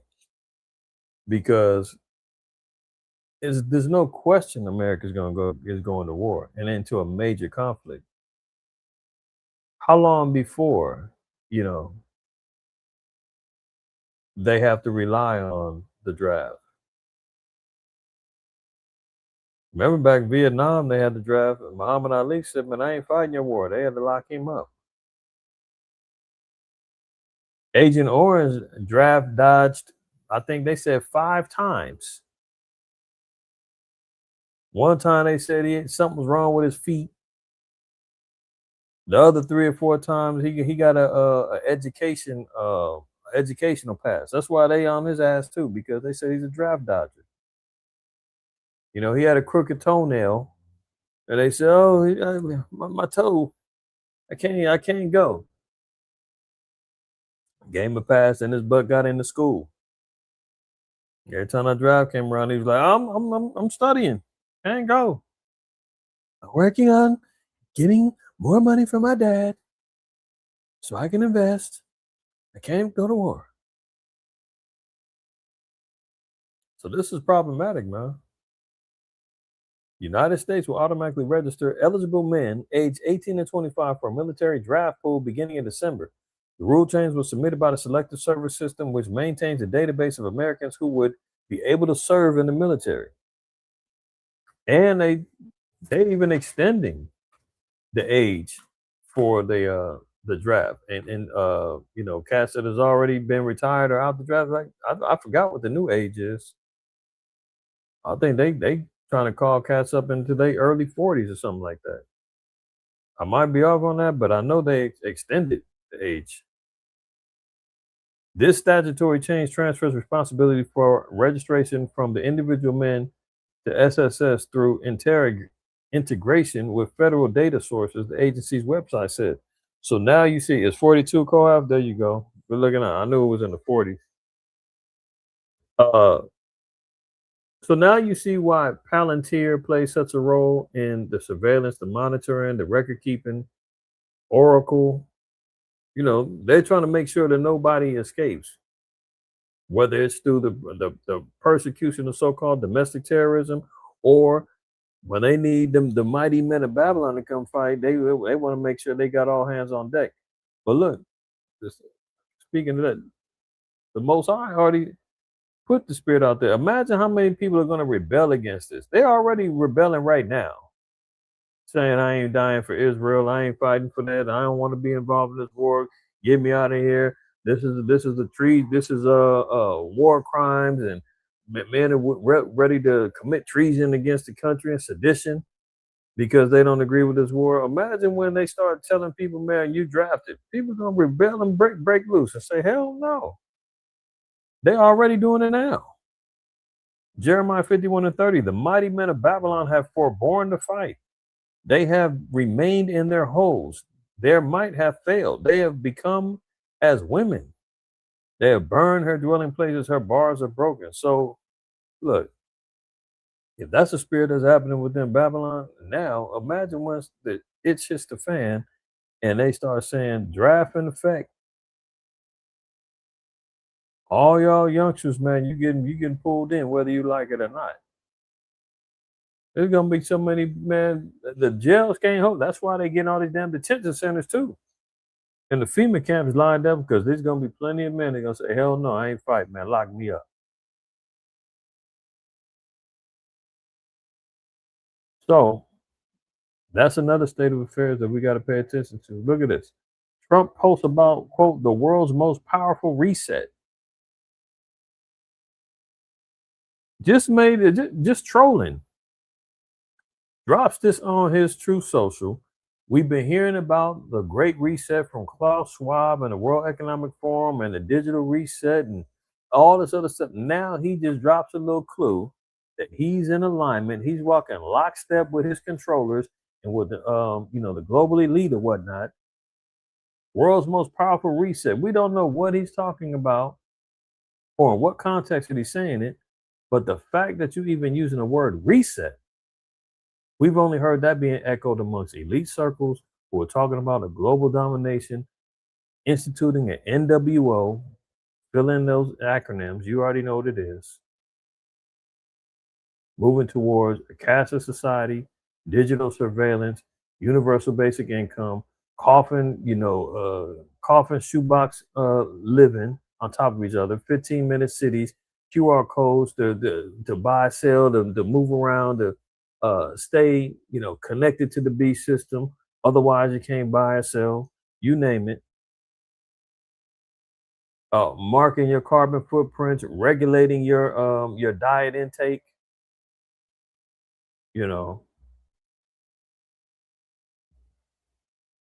Putting. I mean, y'all know what it is.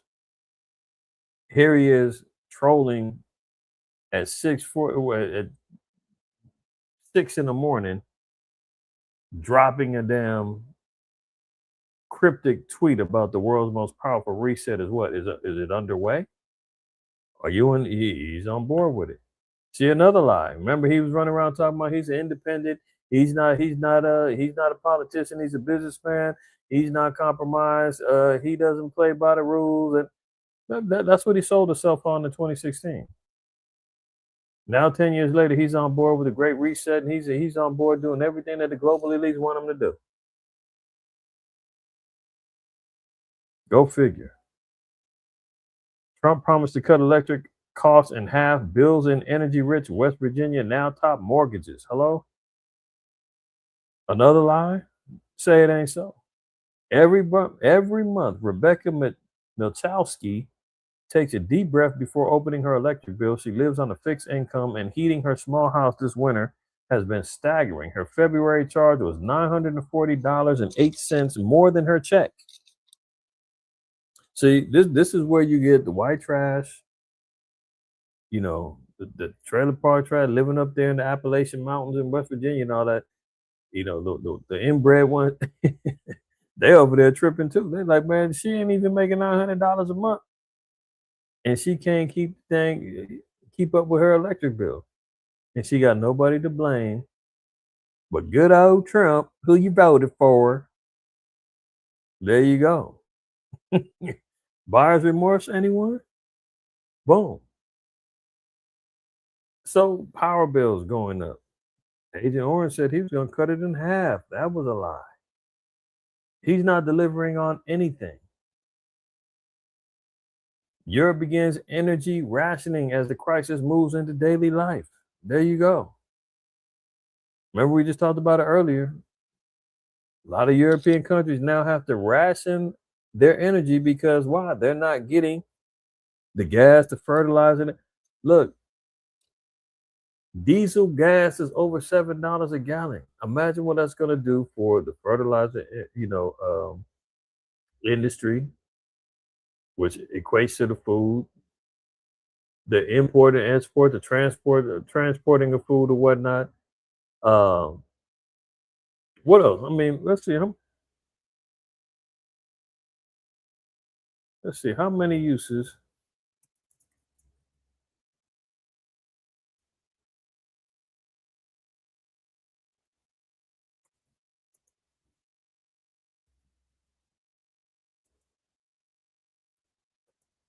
I know I spelled diesel wrong, but it is what it is. Many uses, primarily transportation, powering heavy-duty vehicles, trucks, buses, and trains, as well as construction equipment and generators. It is also utilized in agricultural machinery and some maritime applications, making it a vital energy source across industries. So there you have it. Diesel being one of the main sources of fuel and energy for agriculture machinery, construction equipment, trucks, buses, trains, and that's already over $7 a gallon now.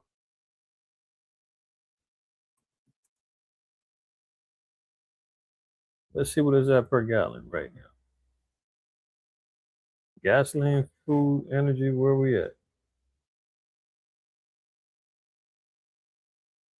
Regular gas is at $4 as of April 6th.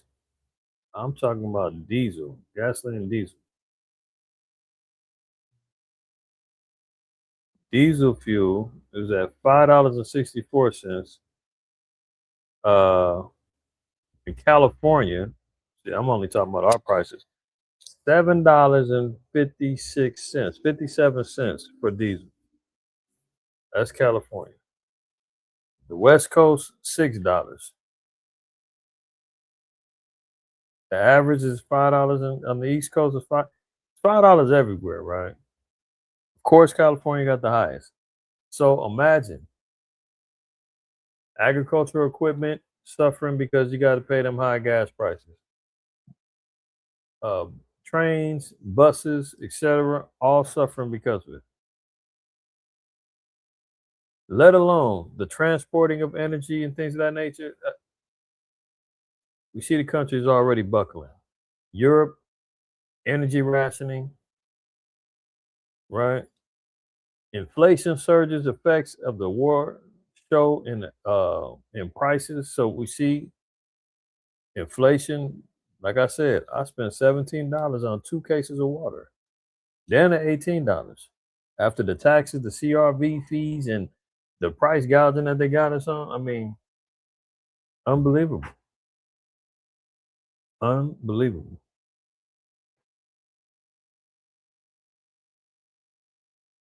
And this is their answer for everything. Look, AI has replaced work for 20% of full-time employees in the U.S., a survey says. Now, they started keeping track of this, I believe, as of 2022. This particular company has been tracking it, right? So that's 4 years. They started really accumulating the data, and they like, look, the going trend is AI is going to replace so many jobs. It's already at 20%. That's in the last 4 years. They're trying to do everything reset by 2030. So imagine another 4 more years. If they're doing 20% every 4 years, boost that up to 40%, 50% by 2030. Maybe greater than that. We've been seeing a lot of white collar jobs, especially doctors, lawyers, and all that corporate structures. They said they was ready to replace them within the next 12 months. And that was like 3 months ago. So if they're already tracking this, they're saying not only is it just replacing, but how many people or jobs are using AI. So the percentages will increase just based upon whether you're using AI for your job or has AI actually replaced your job. The poll from IQAhmath and IPSOS found that AI replaced existing tasks for 20% of full-time workers, but created new tasks for 15% of employees who had used AI in the previous week. So, everybody's looking for a way out as far as, survival. And Esau is going to constantly push robotics, AI, and everything else to replace us. He's right on task. As he's boasting about the greatest reset ever is about to happen. Lastly, in Cincinnati, did y'all hear about this? Greater Cincinnati Waterworks rolls out canned water for service disruptions. Back on my prepper talk to y'all, and not necessarily, ain't no big time prepper like Esau be doing and thinking he's gonna survive the end of the world. Like, no. I always say, just be prepared for an emergency. Okay. So the water mains have been breaking all over Cincinnati, right? And the water supplies have been compromised. They say over 300,000 people in Cincinnati are relying upon the city to deliver them canned water so that they can survive. They've got bad pipes, the winter, freezing over the pipes and all kind of problems going on. They've had it, they've been having this problem for a few years now, but this year has been like the worst that they've had. And now they're passing out canned water for people in Cincinnati so that they can bathe, cook, and drink with. Greater Cincinnati Waterworks is now rolling out a new product, canned water. New regulations from the Environmental Protection Agency requires officials to provide a gallon of water per person each day when water service is disrupted for 24 hours or longer. So you see the water system is collapsing over there in Cincinnati, where they have to institute. The EPA is telling them, you got to give a gallon of water every time this happens. That lets you know it's happening that often that they had to institute a whole regulation for them to say, look, every time y'all go through this, make sure you're giving everybody at least a gallon of water, each person. And that's what they tell everybody you should be. That's what you need to survive off of, a gallon of water a day per person. is the typical. So when you're doing your water conservation, if you're saving water or you're storing water, the general rule is you want at least a gallon of water per person in your household a day. That can be a lot, depending on how big your household is. It could be a little, but that's not to say that you need a gallon every day. But for comfortability, um, for your body's sake, let alone just for it could be for cleaning, cooking, etc. A gallon, they say, is sufficient per person. Okay, so keep that in mind when you're doing your water stores. It ain't just so much about making sure you got stacks of um, bottled water, but when you do that, consider how many bottles are going into a gallon, and that you have that at least for each person in your house, at least for a few days. You want to make sure that you got 3-4 gallons stored up per person in your house, because you never know, you may go without or need water for 3 or 4 days, and you're gonna need some water purification too, because when the clean water runs out, you might have to resort to the dirty. You might not be able to just boil right away. Who knows? But you may need to get a little bleach and dilute some water. You may have to get some water purification tablets just to have on deck.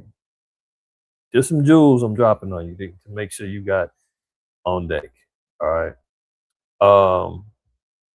Now here you go. In case of the water main break or other issues, waterworks crews can give residents cases of canned water instead of relying on purchasing water at the grocery stores. So, Cincinnati is all jacked up over there, man. Officials said the products support a local canning company, Modern Water, and are 100% recyclable, allowing waterworks to provide free water for community events. They've already had 125 cases in the first batch, which translates to about 3,000 cans. So take it from Cincinnati.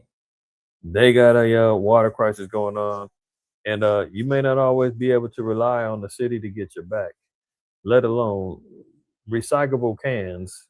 Where are they getting this water from? There's always a precaution of saying, what are they putting in the water? Who knows, man? But precautionary tale, as we see the fabric of America breaking down, and you always want to make sure that you're prepared, just in case you need to have something, and you don't want to rely on Esau for it. So in closing, our sister Hashemai, I was talking with her via Facebook the other day. What was it? Today? Yeah, I think it was today. And the sisters embarking on a powerful task and agenda in her desire to help sisters of Israel with taking care of sisters in need. Okay, this is her new nonprofit that she's establishing. Okay, and the focus of the nonprofit is to help sisters, in particular, sisters that are in need of housing. Um, Let me see. She's got it's a 14-month transitional housing program for women in need who are ready to rebuild their lives. She wants to, the goal is to establish 2 or 3, assisted living, places for sisters that have fallen on their luck, sisters that need some assistance. Maybe they're coming off of, addictions or things of that nature. But this is an endeavor, sisters trying to, put it out there for our people. She wants to provide safe and stable shelter, food and basic necessities, life coaching and personal guidance, support and structure and accountability. It'll be a drug-free and alcohol-free program built for growth and discipline. So she got a lot going on, trying to get this thing off the ground. So I told her I'd help her, promote it. If you're interested or you got resources or what have you, you can reach out to the sister. If you're on Facebook, you can find her on Facebook as Hashemai Faith Yasha Allah. If not, take a screenshot of this, and you see here the phone number, the email, and also a Cash App. So, send your prayers up for the sister. And again, if you got any resources that may help the sister with her endeavor in helping sisters, get themselves in order and get them back on the right paths of righteous living. And obviously it'll be an outlet to help guide them and lead them to the Most High if they so choose. So keep that sister in your prayers. Again, if you got any resources or of somebody who may reach out to the sister. Again, it's a brand new endeavor that she's trying to get established and through the blessings of the Most High, to come to fruition. So I just wanted to do my part and help her promote her new venture. And Lord willing, Lord blesses the works of your hands, sis. And like I said, you could always reach out to me and I'll see what I can do to help you as well. All right. So with that being said, man, another one in the books, man. All praise, honor, and glory to the Most High. Why Yahweh Shai. I always want everybody to remember, man, fear the Most High, keep the commandments. Do not shoot the messenger. I'm just a messenger. Don't shoot. Don't shoot. I'm just doing my job. All right. So with that being said, man, Lord willing, catch up with y'all tomorrow. We'll have a closing Shabbat class for MOTC at 4:15. See how the spirit moves tomorrow. Join us then. If not, watch it later. For those of you who didn't stay up with us tonight, Most High willing, you having a blessed Shabbat. All right. With that being said, I'm gonna get on out of here, man. Shalom.